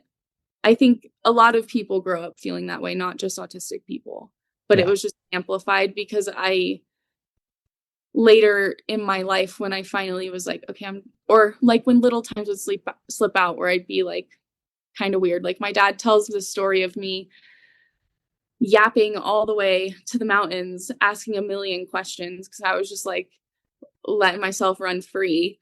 And I just remember feeling like, oh, I talk too much after that, which is, I know, not what he was trying to say, but he was like, oh, you're talking a lot. You have a lot of questions. Like, I don't know. Like most of his answers were, I don't know.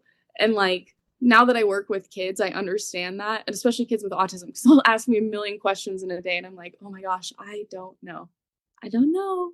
But I was that kid sometimes, and most of the feedback I got from that was, don't be that way. Yeah. But not because people were telling me not to be that way, because I was reading it that way. I've always been hypersensitive to other people's emotions and like taking it too far to where I'm like beating myself up. So, how does your autism reveal itself to the public? I think Because you don't strike me as autistic. Like, Right. Yeah. if you wouldn't know, I don't no, think, unless yeah, you, yeah. yeah, I think I've started to unmask more, and it's hard. And part of it is like sometimes the pitch of my voice will change depending on how I'm talking and like what I'm talking about. And sometimes I talk very fast. I can go really deep into a topic. And right now I'm trying to like focus myself because I know we have like things to talk about.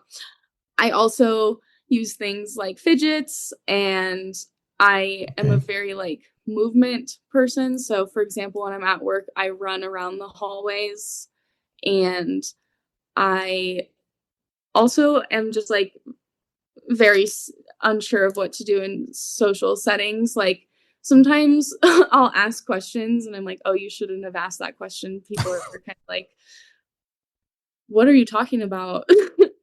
And again, learning just like how to use my voice and like when I am in social settings, I revert to like being very quiet and internal.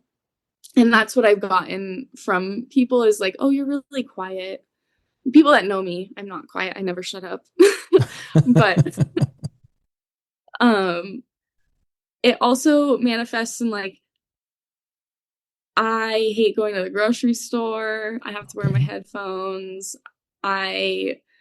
The like fluorescent light drains the life out of me.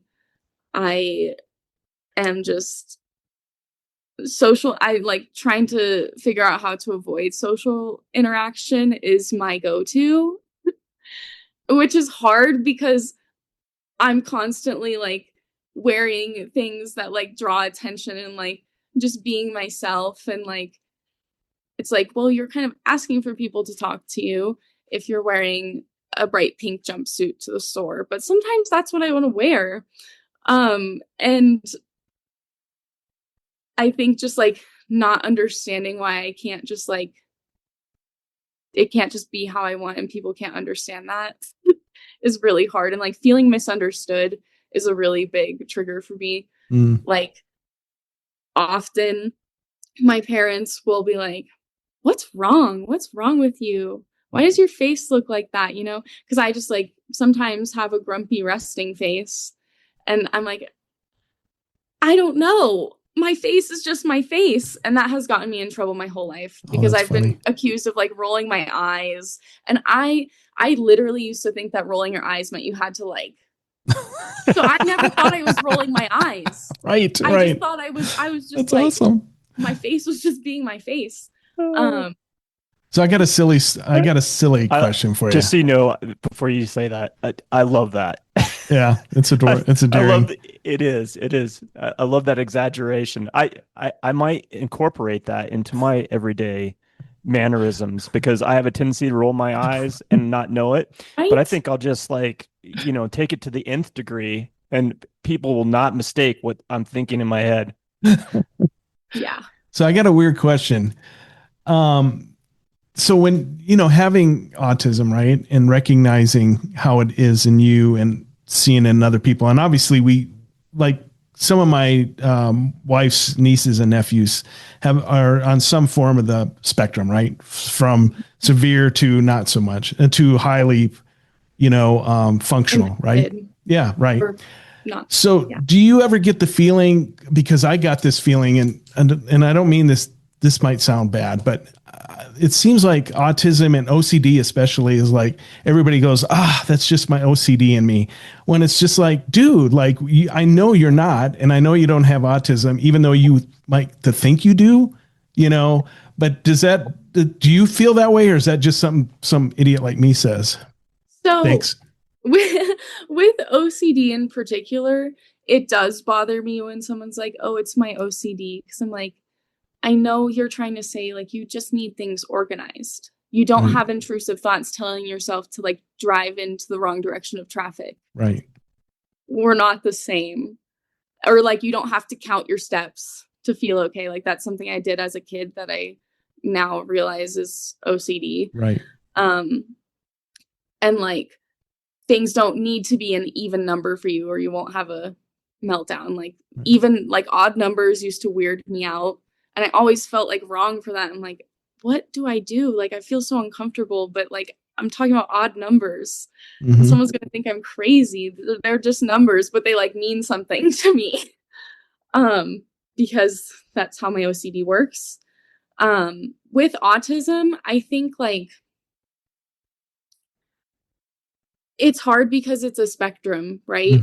And so you can't necessarily prove without a doubt that someone's not autistic, but I don't like the use of things like, oh, I'm so overstimulated. I'm going to have a meltdown. My new hyperfixation, my new special interest. Like those are things that are unique to having autism or ADHD. And like just being overwhelmed is not the same as being overstimulated. Right. Like, for example, when I was in the first grade, I used to take erasers off the tops of pencils and like chunks of erasers and shove them in my ears because my classroom, like, and my parents only found out because I started saying, what, a lot because I couldn't hear. And so they took me to the ear doctor and they're like, why are there erasers in your ears? And I was like, well, my classroom's too loud. So that's me trying to deal with overstimulation at a young age and like not knowing how to like ask for headphones. And like that wasn't even a thing that was like offered to me Right. as Yeah. like I didn't start figuring out that I was autistic until really recently and like really accepting that, because I felt like people would say you can't be autistic. Like, but you don't know my life experience. And like that story I just told you, you don't know that I was shoving erasers in my ears. Right. Or like dealing with like chewing sounds, which was a kind of offshoot of my eating disorder. That's a thing I really struggle with. And it got to the point where like I couldn't eat in restaurants. I had to eat alone. I had to eat with headphones on. Like I just, yeah. And it's not because it just bothers me and I think it's gross, but it's because I literally feel like I'm going to need to pull off my skin and escape my body because it's so bad.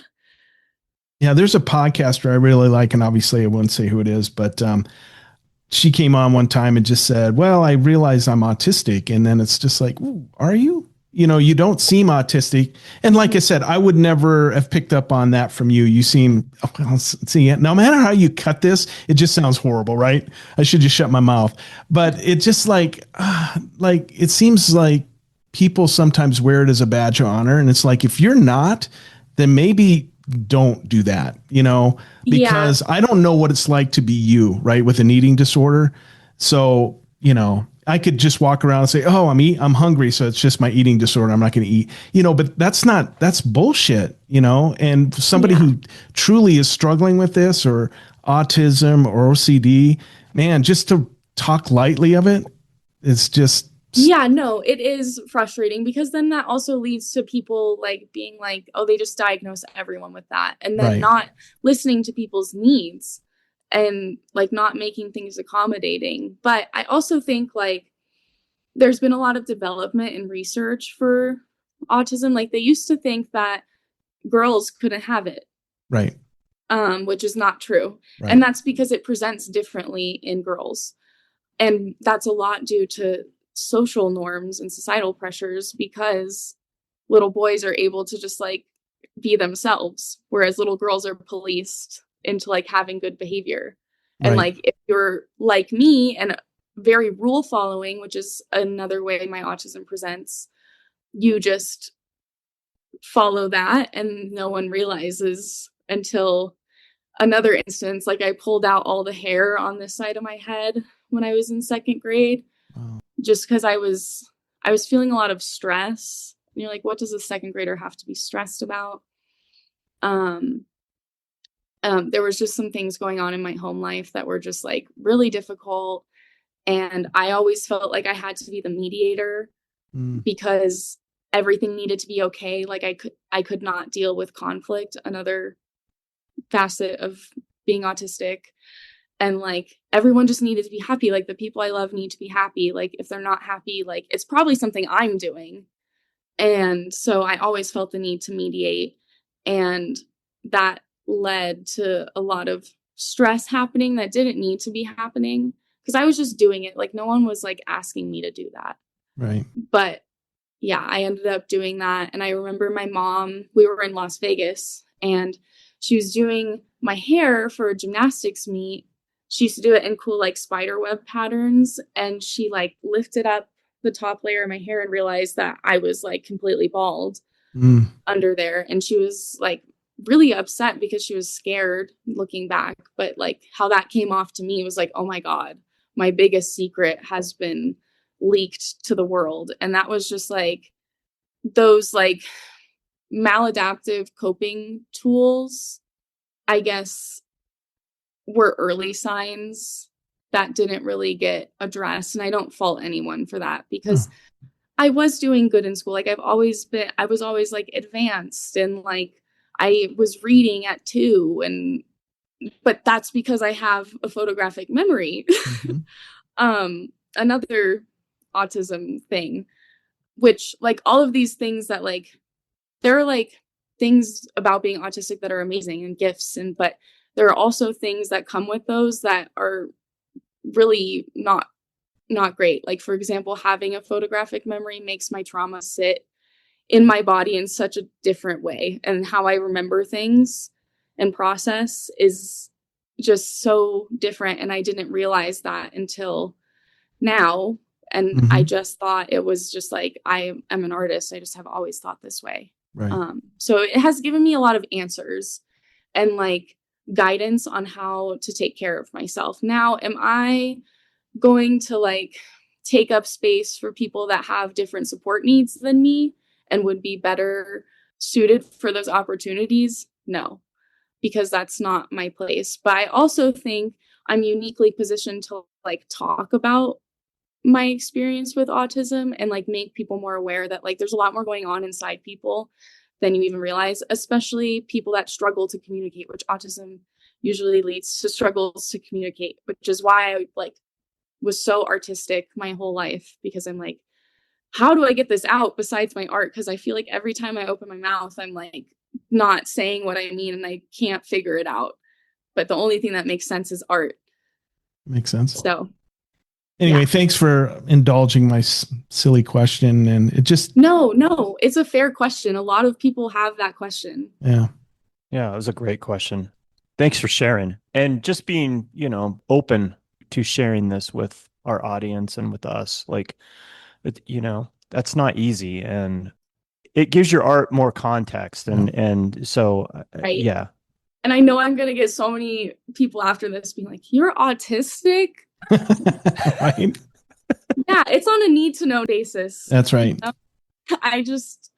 And like you said, it does give important context to my work because there are so many different layers, because my perception of the world, I try to like convey that because I just feel like there's so many layers to everything that I just can't explain. Right. Except for visually. And words are limited. They are. And words have never came easy to me, which is surprising because I've been able to talk right now. But really, my art is the thing that gives words direction. Like, my art is the thing I know how to talk about. Yeah. Other things are hard. Sure. Can we talk about your embroidery of moths? Yeah. Is that right, Todd? I'm going to pull up one that was just in the recent show at Bit Factory, because I really love that. If that's cool by you. Yeah. This one is called The Fruiting Body. Yeah, this is a wonderful piece. So this one I actually did because I got invited to be at a fiber show in Lakewood a few years ago. And I've always been interested in like embroidering on transparent fabric. And so in college I did like mesh, but I just realized you can buy like mosquito net in bulk for really, really cheap. So I just bought mosquito net and I was like, how perfect, because mosquitoes are bugs. Right. So it just is on brand for me. And this one specifically is kind of about my fear of pregnancy and how it feels like as a woman, you have this like clock on you till you expire, and it like starts when you turn 18 and you're expiring now. And it's like, that's not true. And also with my eating things, I've just always had a fear of pregnancy. Like, I've always had nightmares about it. I had a lot of OCD compulsions surrounding pregnancy. Like, I would punch myself in the stomach and take a lot of medications to try and like sterilize myself, potentially. I don't know. My brain just like made up crazy things to do because I was really, really afraid of it. So I think this holds space for like, I don't know, kind of being a rotting woman. And I'm okay with that. The kind of horror of pregnancy for some people, because not everyone thinks of it that way. And like the title, like The Fruiting Body, like people think of like pregnancy as this amazing gift, and it is an amazing thing just not for everybody. Right. So do you think you'll ever have children? No. Okay. No. Okay. I think if I'm in a place financially, I would love to adopt a child. I Mhm. work with children. I love them. I know I would be a good mom, Mhm. but the physical process of being pregnant would just really be detrimental to my mental health. Not only Sure. like the physical aspects of it, like hormones and like, but also like the body changes. Like, I don't think I could like cope with that. And I just like, it's not something I want to put myself through Right. because I know there are options like adoption. Mhm. Yeah. Yeah, it's an intense process, no matter how you think about it. And yeah, I mean, it sounds legitimate to me. I think there's a lot of societal and cultural pressure for women to have kids.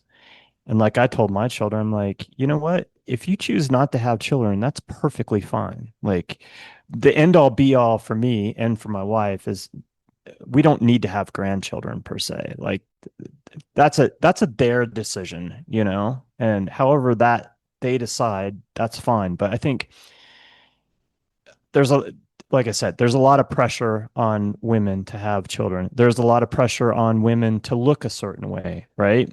I think it's gotten better over time, but it's still a thing for sure. Yeah, it gets better and then it gets worse with things like Ozempic being used by people that don't need it to Mhm. like manage other like life-threatening health conditions like by famous people. And like we're going back into an era of like celebrities being stick thin, even though it wasn't like that for a few years. It's just like recycling back. It's really disheartening to see. And there's this whole subsect on TikTok of these, which is basically like old eating disorder Tumblr, which is what I was on as a Mm. kid. It's called Skinny Talk. And they basically just give advice on how to be skinny and like basically how to have an eating disorder. And if you know anything about TikTok, it's full of kids and you have no control over what comes on your page. So if you interact with one of those posts once, it's going to flood your Wow. algorithm. Yeah. And like, it's just so dangerous because at, I'm not justifying Tumblr, but at least it wasn't like video content. Like it Right. was written, it was like photos with like quotes. It definitely was more like romanticized, but this is like a how to step by step guide and endorsement of these behaviors Right. and like no acknowledgement of the other side. Like it, at least it wouldn't be as bad if it was just like written, but it's since it's like short form content that's like addictive and they have these like amazing lives where they drive like nice cars and have cool clothes and like look so put together and it's like they're promoting this lifestyle that's going to kill people Yeah. and it's just yeah, it's horrifying. I seen a picture of Kelly Osbourne not too long ago, and I was absolutely horrified of how she looks now. It's So lost so so much sad. weight and Yeah. doesn't look healthy at all. No. Yeah, it's so sad. And it's like these people have teams of nutritionists that are just letting this happen. Right. And then that's being like mass broadcasted to people. Yeah, it all boils down to money, right? I feel like Right. enabling people that don't need it to have access to these particular drugs. And it causes there's a lot of people that have like terrible side effects because of it. Mhm. I have a friend that's in her 60s that started taking Ozempic and she had that stomach paralysis and literally was not eating for a good month and a half. She's just now Wow. starting to kind of bounce back from it. But I mean, terrible side effects. Like, why would you even do that if you didn't need to take it? Right. But Yeah. it's again a cultural thing, especially I think in America where it's, you know, here, take a pill. It's a quick fix, right? Yeah. Yes. Instead of That's doing the Michael things, Jackson's doctor, and it's Matthew Perry's, people that were giving him drugs, what was he on? He was on ketamine. yeah. and he ended up overdosing on ketamine, and they were just giving in because they could, make more money. And it's just sad. It is sad. Yeah, I feel sorry for, because it's, having, like you said, TikTok out there, and, it's hard anyway for somebody that has an eating disorder. And then you come across that where you feel justified and encouraged and, like you said, a how-to do it. Well, and even just like people who don't necessarily already have an eating disorder, but they're just like maybe a little bit self-conscious, or like are seeking like lifestyle advice. And instead of lifestyle advice, they get, here, have an eating disorder instead. And everything will be, you'll get everything you want. Yeah. So it's too bad. Yeah. It is. It's horrible. But that's why we have to talk about it. That's right. Because if no one's talking about it, then they just get to keep doing that. And, Exactly. Yeah, absolutely. You got your degree in studio art at Fort Lewis. How was that experience? I loved my program. I have nothing but great things to say about the art department at Fort Lewis.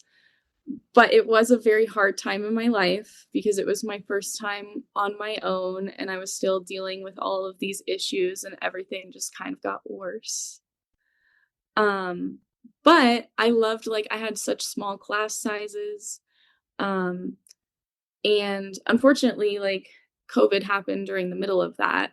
And so there was a little bit of time I spent at home.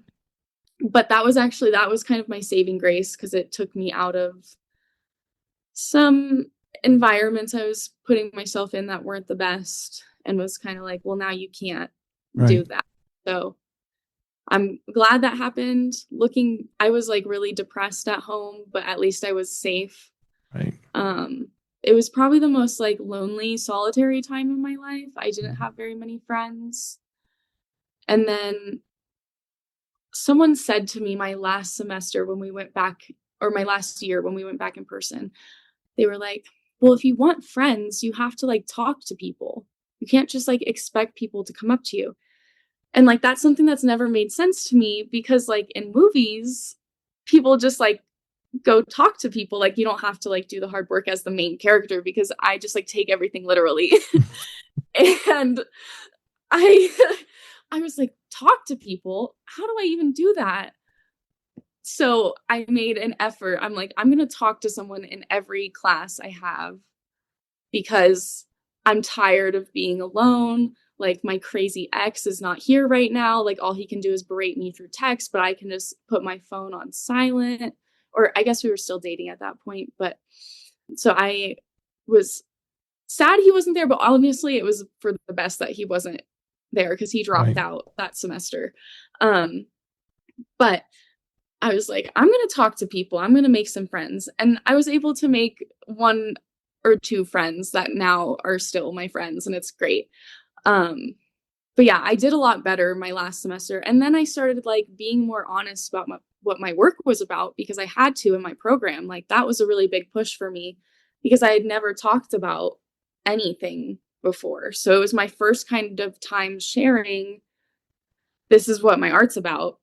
And the feedback I got was nothing like I expected. I expected people to be like questioning me, and like, because I've always had like imposter syndrome about things I've gone through, because again, from the outside, it hasn't really looked like that, but it's like everything has been so internal. And like, that's why there's so many like pieces where I'm like pulling at myself, because I'm like, please just see me.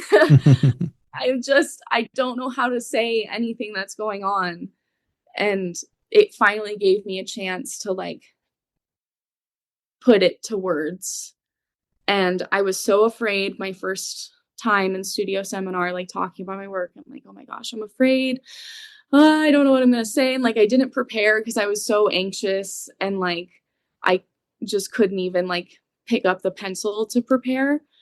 And the words just like flowed out of me. It was like something took over me, and I was able to talk about it all, which is kind of like what it's like every time I talk about my work.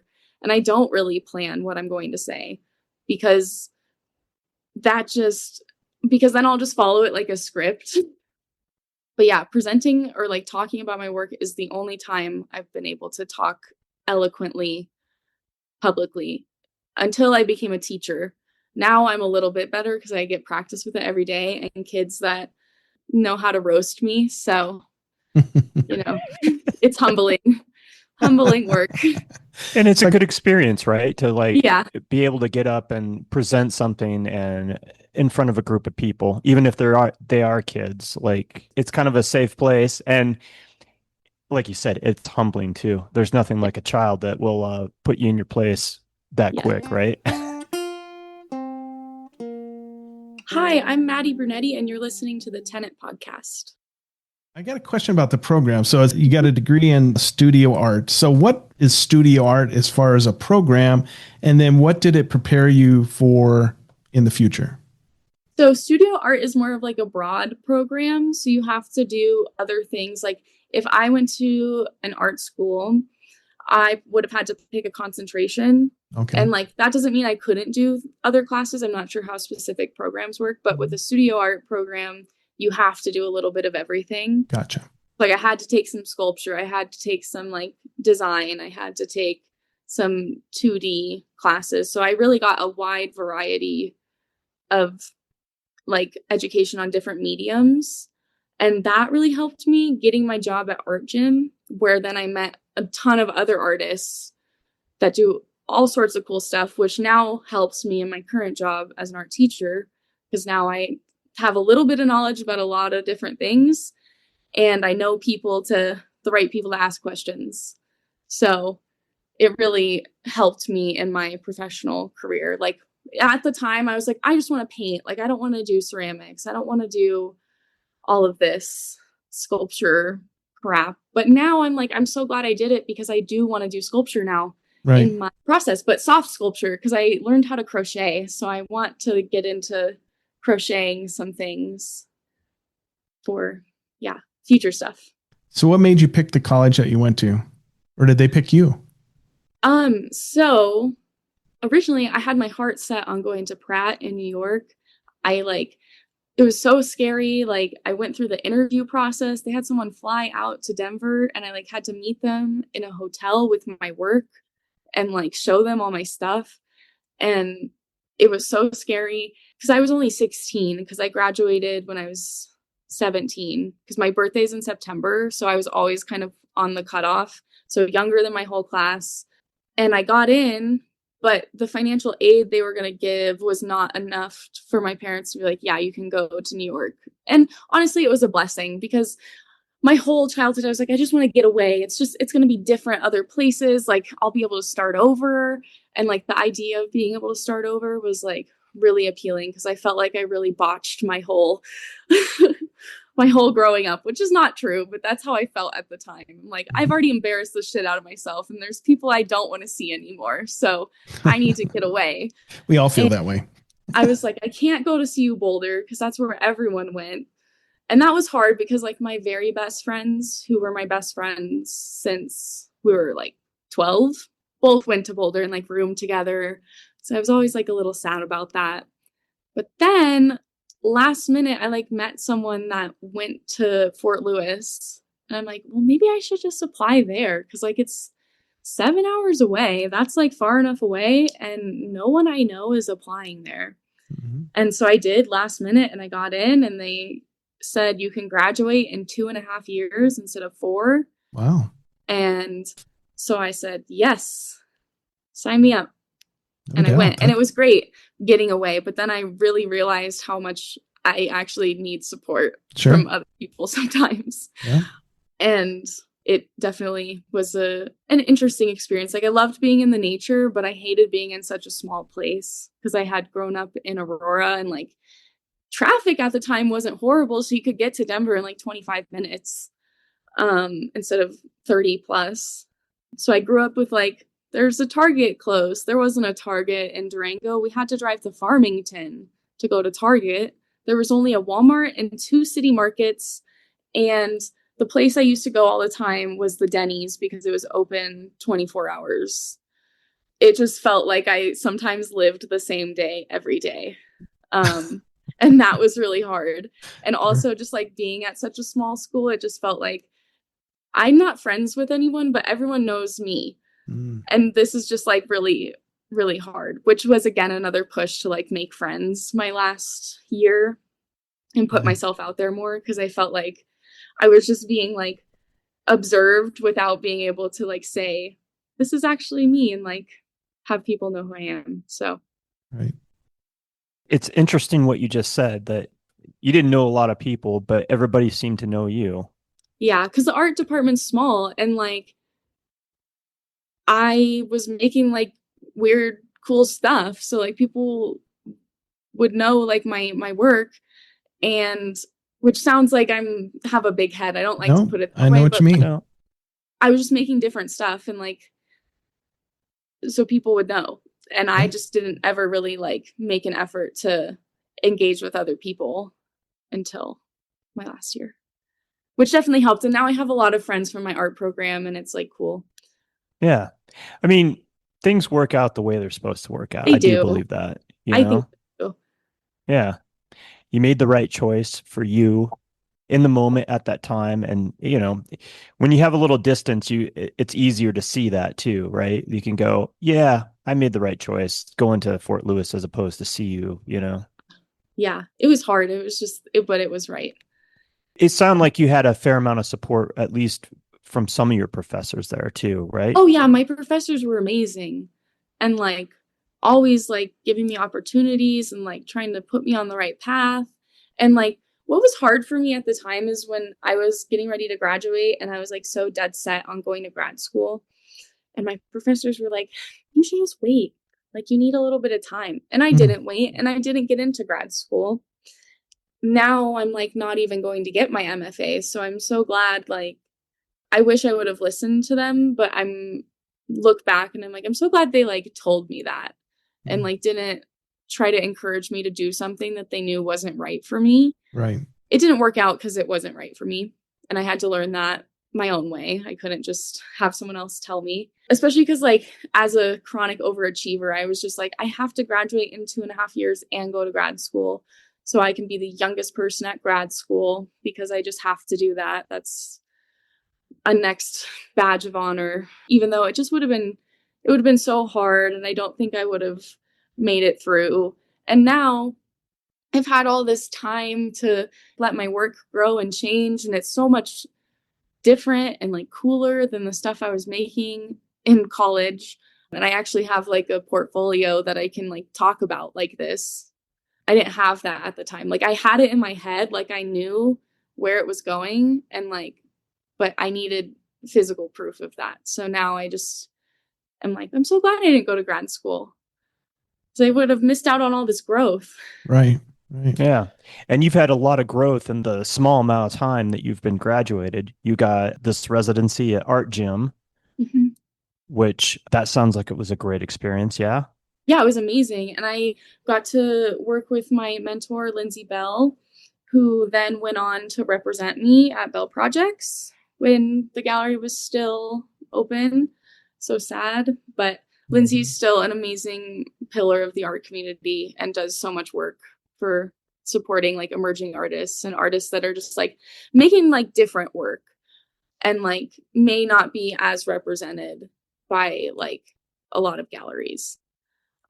So I really credit her to like believing in me and like mentoring me. And also Ilan Gutin, he also mentored me during that residency.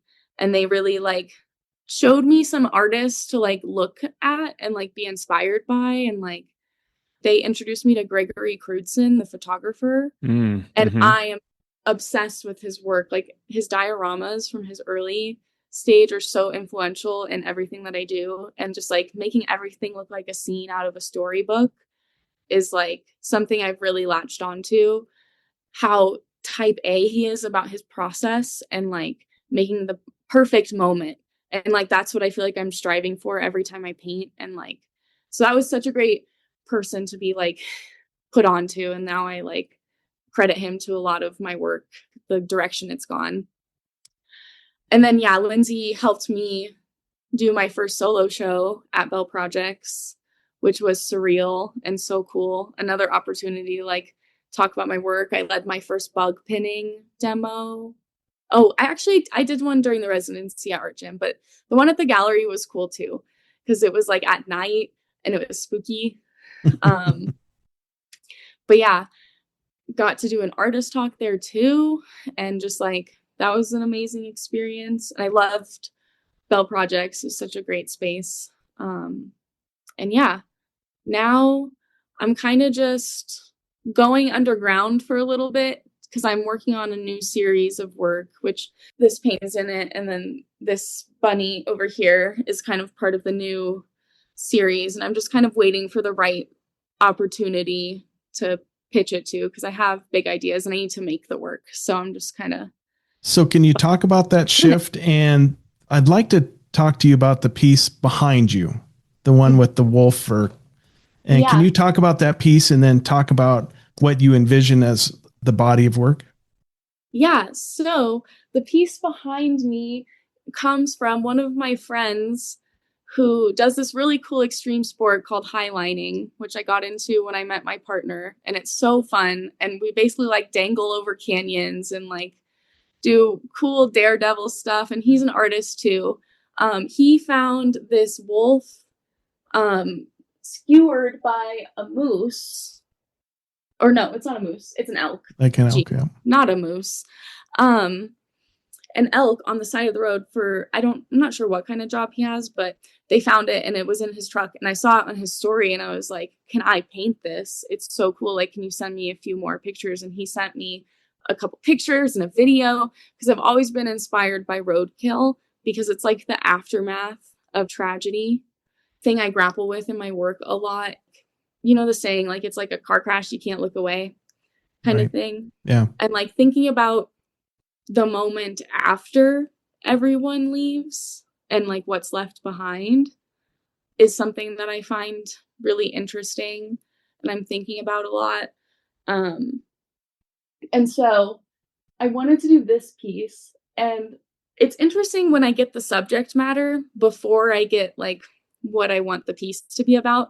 So I did sit on this for a little bit. Like, I didn't paint it immediately. I just knew I wanted to use it for something. I needed to wait until the idea fully like cooked, because how my process works is I usually get kind of like reoccurring thoughts of like what the piece will look like and like what it means and like how it relates to something I've been through. And it just kind of is this like magic moment of connecting the dots, and it's a literal aha moment. And it's usually when I'm running, which is why running has become so sacred to me, because it does help my art practice quite a lot. Not only do I find bugs out on the trail, I don't know why I haven't started. I just carry them in my hand when they're. Oh, you need a bag. I need a bag. I need a bug bag. That's right. But so it's interesting to get the photo first. But when I finally like realized what this painting was about and why I found it so interesting, the wolf and the elk, because I was like, they died together. Like, this is like a tragic romance. They died together. It's so sad, but they're like, the wolf is still like alive and like screeching. And it kind of harkened back to a relationship I was in that felt like they were digging their claws into me and not letting me go. And like, I felt like I was going to snap their face off kind of thing.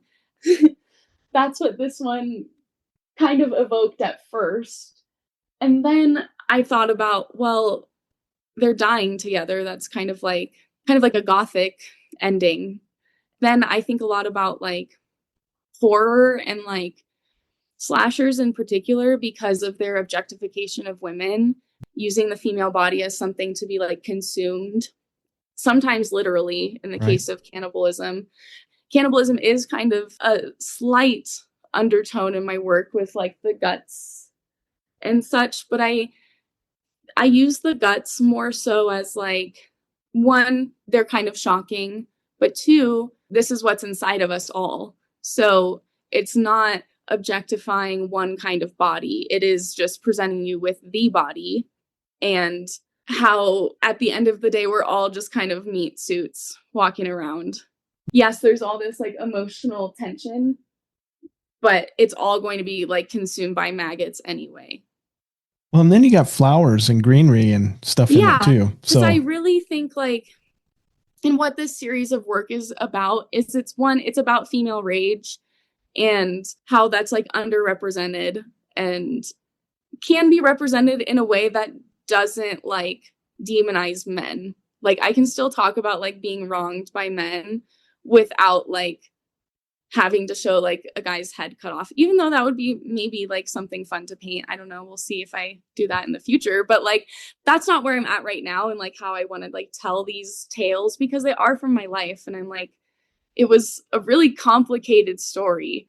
And there was a lot going on internally for me and then the dynamics of things. And it's just this series is supposed to be kind of about the healing after those events, like again when everyone's gone gawking at the scene and it's just like the rot we left behind and like what's going to grow out of that because that's what's going to happen and like the cycle will continue. there you go. And so how I'm approaching this body of work is kind of like I want eventually to like write a fairy tale to go along with it because it's a very like narrative body of work and like each piece is its own little story Right. and like lesson. Well, it's really cool. I've Thank seen you.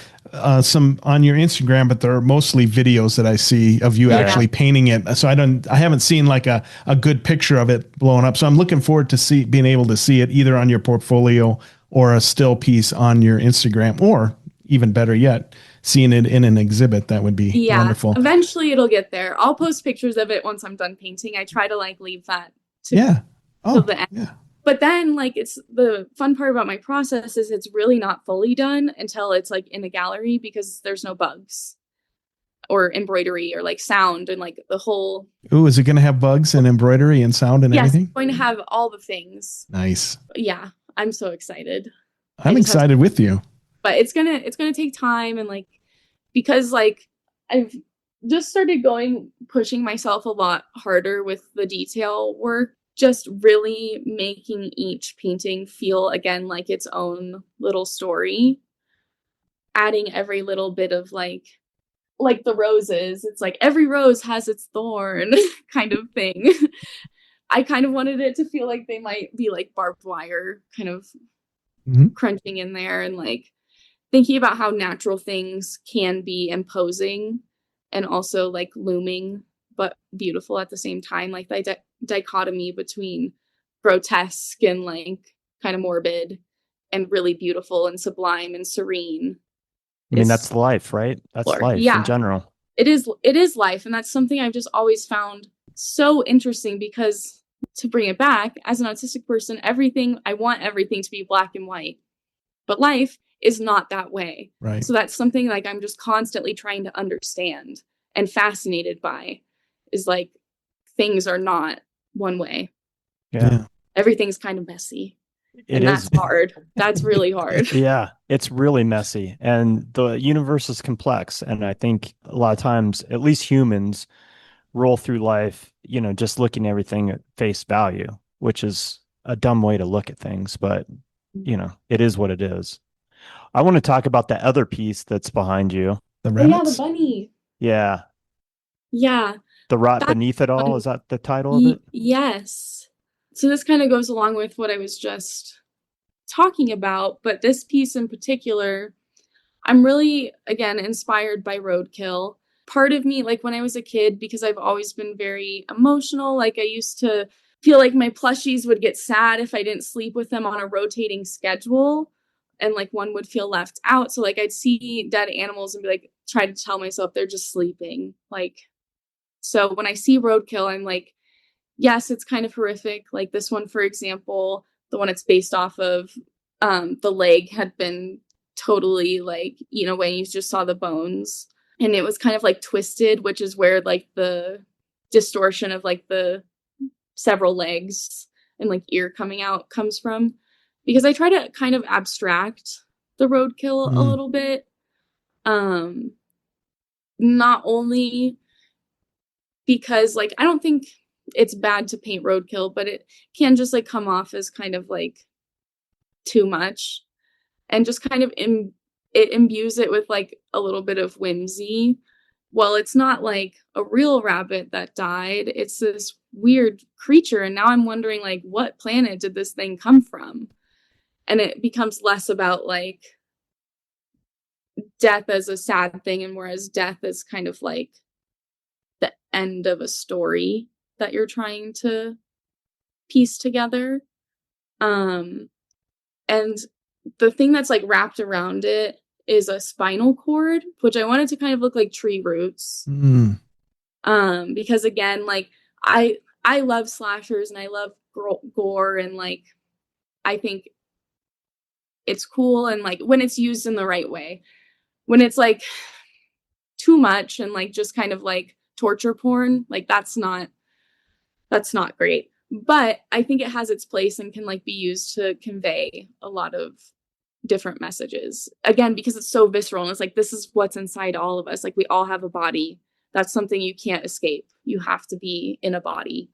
So this piece kind of is like, I imagine it like you're walking in a forest and you come across a dead body, but then you look at the dead body and it's like the shell or like suit you used to wear around, presenting to people, and like the literal spinal cord is ripped out because that's like who you are in physical form, is like stored in that, potentially, depending on your beliefs. But it's also like almost like a site of mourning for who that person was, and like the sad I like phrase it as like the sad creature I used to be, because it's like I was just like an amalgamation of like different people that like other people wanted me to be, and like pleasing others, and like kind of turning myself into something grotesque and like not human. And so it's like mourning that, but also seeing the growth that's going to happen on the grave of like who you used to be. Now that you love yourself, who's going to come up through that? I don't know. Avenge who you used to be. Because my work is always, I think in my artist statement, it's something like it's a love letter. Mm-hmm. And it's definitely like a letter to my younger self saying like, I see you. It will never happen to us again. Like soothing my inner child, being like, we're safe now. These things did happen. You're not crazy. Yeah. On your artist statement, it's my work is a love letter, a pink soaked memoir, sticky and warm with blood, glimmering as the cicadas chirr. I become the specimen in form, thought, and spirit, reconciling the guilt bubbling within me. And that you state, I play with the balance between the grotesque and the beautiful, reflecting my relationship with mental illness and its fluidity. It's one of the best artist statements I think I've ever read, to be honest with you. Thank you. It's gone through a lot of changes over the years, which, because like before it used to be like, I had to say all these things to like, I don't know, skirt around what I was really trying to say. Like now I'm more confident in being like, this is it. And I'm going to use flowery language because like, that's how I like to talk about it. Because there is this like weird thing of like missing when you were sick and like romanticizing horrible things, and like, again, like a gothic romance where there's like an ill woman in a haunted house. That's definitely like a real part of my experience. And I'm not saying that the only way I feel about it, but ignoring that feeling at all is just like burying something down and expecting it not to just like come bursting at you in like weird ways. Mm-hmm. Are these mushrooms that's in this particular? Yeah, they are. I'm really interested in fungus because of their like intelligence and like how it's all connected. And I think that's just so interesting. And also just like, I think a lot about what happens after we die. And I've always been that way. I used to think about death as a kid, and it was only made worse when like I had to go to church with a friend and like they talked about hell. And then I was just like thinking about what the different, like, I don't know. And then it became more of like a physical thing as I've like kind of communed with nature more, and like my interest in bugs has now led to like how they function in decay and how decay is like a part of life, and something that doesn't need to be ignored or like be afraid of. It can be like seen as like a continuation rather than like a destruction kind of thing. Right. It's an awesome piece. And Thank you. I love that you have these mushrooms on there, because mycelium is like the nervous system of the earth, right? Yes, exactly. Mhm. It is. And it's also like the bunny and the mushrooms. I like loved Alice in Wonderland as a kid, the books, and like Through the Looking Glass is one of the first like chapter books I read in 5th grade. And so it just like the story always stuck with me, and like I always resonated with like having a really vivid imagination, and but that being super internal. Right. Now, this piece was in the show at Bit Factory. You obviously still have it. I thought Yeah. I thought it actually sold at the Oh, show, or did you have prints? no, someone wanted to buy it, but it's not for sale because it's not done yet. Like I still have to improve Oh, it and do a couple things, so it's not done yet. But the okay. painting part is done. Gotcha. You know, it has to go for the right price. It's the biggest painting I've ever done. Yeah, I don't know what that is yet. So speaking of price, what do you price your work at? And how do you determine the price? I just go by vibe. I'm like, that feels like $1,000 painting. Like the bigger ones are more like 2,500 because Okay. they're like 4 by 4 feet and hand embroidered with like insects. Like, and I think about all of the hand embellishment I do with my work beyond painting, and Mhm. that factors into the price. A painting that's not embroidered or doesn't have any specimens will be less than a painting with it. Right. Not because like specimens are expensive. I often just find them myself, and when I buy them, they're not like, I'm not looking at anything or getting anything super rare. So yeah, it's just more so the care that comes into like making those ready for showing and like to be on a piece of art. Right. Yeah. Okay. But selling my work, just like great if that happens, but it's not why I make it. And it's why I'm like pursuing a day job and like career and social work, and like hopefully eventually doing art therapy, because like that's a big part of my practice, is like how an art practice can be therapeutic in every way that's not just like physically making the art, but just like having a space to go to where you can just like scream into the void and have an answer. Yeah, it's a really magical and special thing, and I just want to be able to share that with people. So I'm pursuing a career that will allow me to do that and still make my own work, because I feel like, at least at my current point right now, if I had the pressure to like sell everything, I wouldn't like put the time or thought into each thing. And that's not saying that people that sell their work are like thoughtless in what they make, but there is pressure to make a certain kind of work Right. and like do it at a certain speed because your like livelihood is on the line. And so I feel like without that stress, I'm fully free, and like there's no constraints, and I just get to do whatever I want. It's like the one place where no one gets to tell me what to do Right. ever. That's So, and great. I want to protect that as long as I can. So that's why I like don't make prints. I don't, and like I want to do it. It's just like a lot of work that I'm like, I don't have to do it right now. I can do it eventually. And I I think think that should that's, be the goal for most artists, or maybe all artists, is like stop making art for other people and start making it for yourself. yeah, I think that's the right attitude, Maddie. Yeah. I just think it's hard when like we live in a capitalist society. So it's like you have to make money off of your talents and your passions, and it's Yeah. like that's just, for a lot of people, takes the passion out of it. Right. And because my practice has saved my life and it's just like the most special thing to me, I don't want to sacrifice that. Right. But thankfully I was able to like find a career that I'm like I genuinely feel called to, and I'm so excited to start school and all the things. Fantastic. Yeah, Yeah. good for you. How do most people find your work? Via Instagram or? Yeah, Instagram. Occasionally people will find my website because it's just my name, but it's not the most up to date, as you've seen.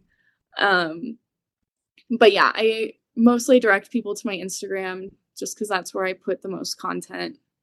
usually upload like once a week a painting video or something else I'm doing, because that's another part of being an artist. It's so important to live your life. Like, you can't just make art all the time, even though that's what I want to do all the time. Right. Living life is so important to making art. I try to like post the other things I do because I'm not just an artist. I'm also like a human. Exactly. Yeah. And I love that about your Instagram. Yeah. All my human things contribute to my art. So if you like the art, you will also like me. Yeah. And vice versa. Yeah. How did the show at Bit Factory come about? Because you'd mentioned that, you had wanted the show there for a long time. How did you get that invite, or how did that happen? Yeah, Braden invited me via Instagram, and I went to his solo show at, I don't remember which gallery, but I was like, ooh, painter friend. So I like followed him on Instagram and like chatted with him a little bit. And I don't know how long he's been curating at Bit Factory, but yeah, I'm assuming since I posted recently about a Pride thing, he got inspired to reach out. But yeah, it was pretty cool. I've like never received a DM like that and it be legitimate. Normally it's just a scam. And so I had to I'm like, is this real? And it was. Nice. And I just felt, I was like, oh my gosh, it's happening. I wanted this when I was like 19, and now it's here. Well, Braden has a fantastic eye, so that's really cool that he's so awesome too. I love his work. He is.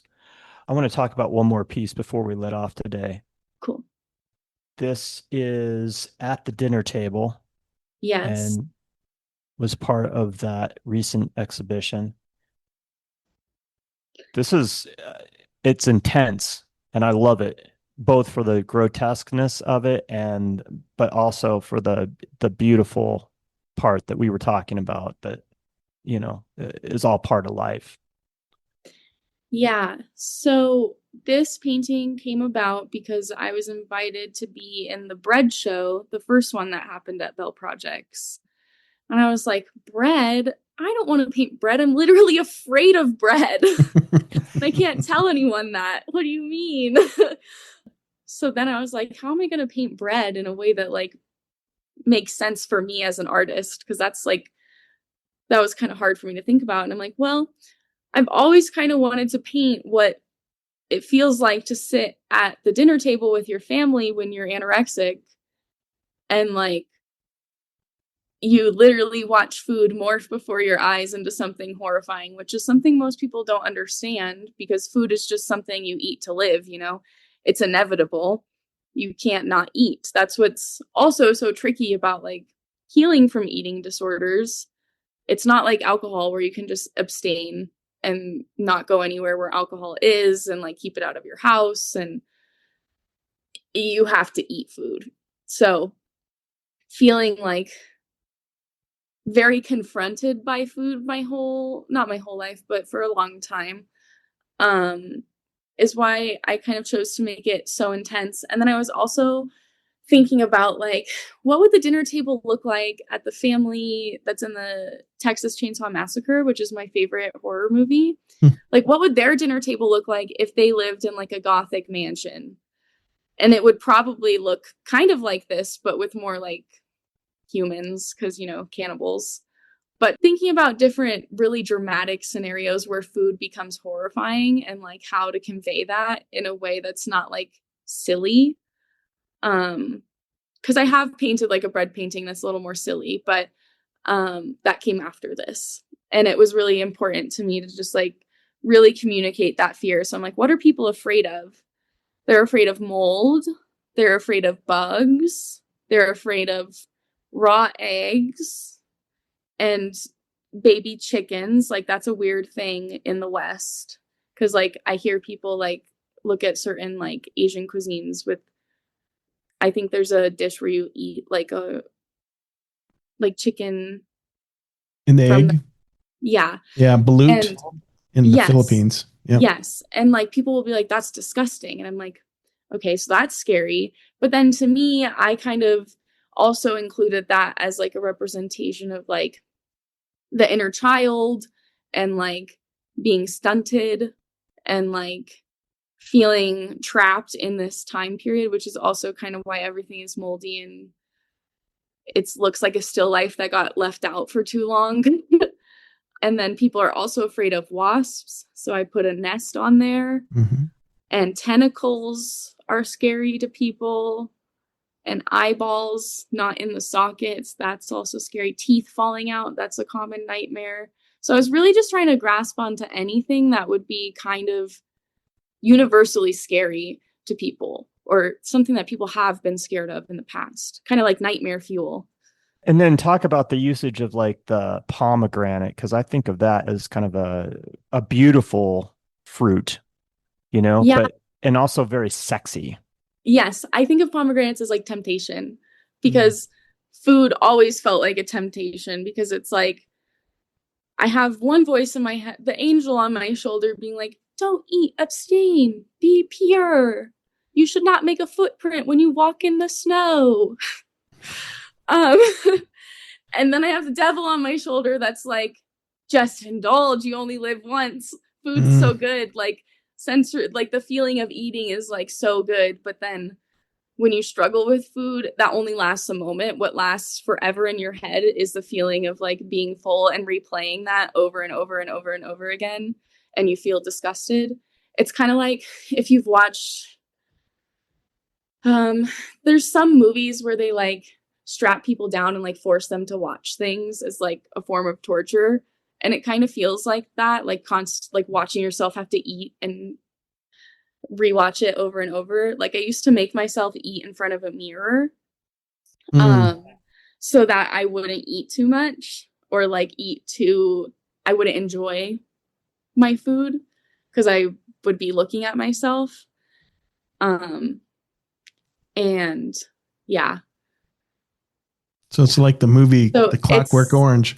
It is. Where he's forced to watch all this video literally. Stuff. Yeah, literally. Yes, it's like that. And it's part of what made eating disorder life feel easy and comfortable was that it was like, well, I know the rules. Like there's clear boundaries. Like if I do this, then I'm going to nonstop think about it and have to do something to punish myself, like self-harm, or like do a bunch of push-ups or run laps in my bedroom, or I have to the next day wake up at 4 a.m. to go to the gym and make sure I like deal with this problem. And everything was like, this is a punishment for this. There was a punishment for everything.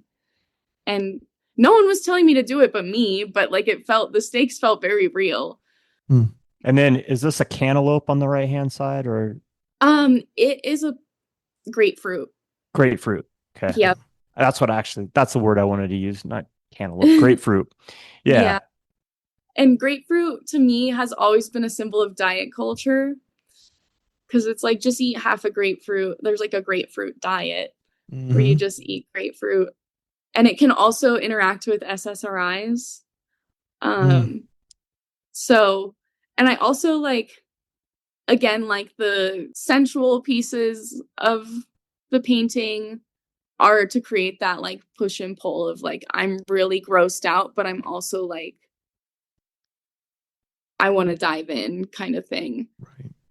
And I think like to talk further, like sex as an autistic person has always been really weird, and like feels like the sensory of it all is just like, it's a lot to grapple with. And that has led to a lot of like not great things to happen to me with like intimate partners, and like letting things happen because just like being kind of shut down during those experiences. Yes, it's like temptation, but it's also like fear again. Okay. I could see that now. There did feel like there was some kind of like sexual connotation or like sensual thing, like you were alluding to in that element of the picture, but I didn't know if that's what you were actually, insinuating, or if it was something completely different. Yeah, no, it's definitely there. And like the tentacles, because like, some people are into that. But I think also like the idea of tentacles is horrifying.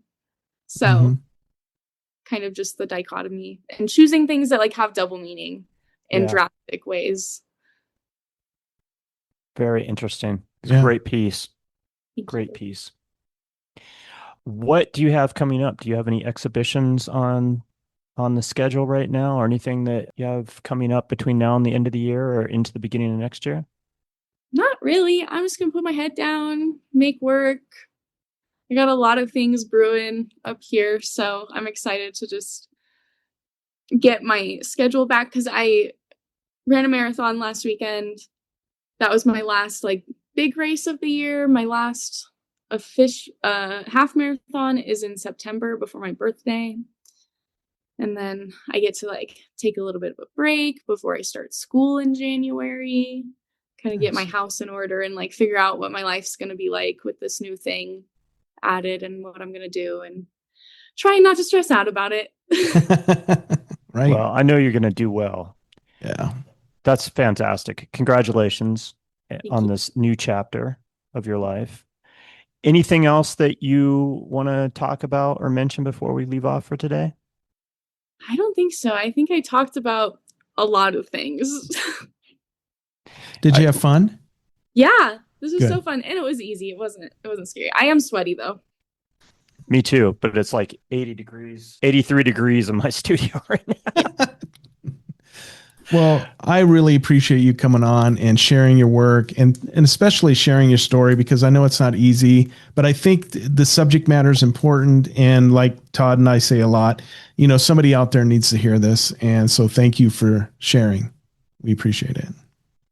I just want to thank you for your time, carving out time on a Sunday afternoon to talk with us. I think you're an incredible artist. You're lovely, intelligent, well-spoken, and I look forward to see what you do in the future. We will continue to follow you. I'll keep my eyes and ears open for your next exhibition. And if you think about it, shoot us an email and make us aware when the next show happens. How's that sound? Yeah, I can totally do that. Fantastic. Again, follow Madi on Instagram at fairy.boots with a Z, and check out Madi's fantastic work at her website, madibrunetti.com. As usual, I will have all this and more in this week's episode notes. For the Tenet Podcast, I'm Todd Pearson. And I'm Wes Brown. Have a great week.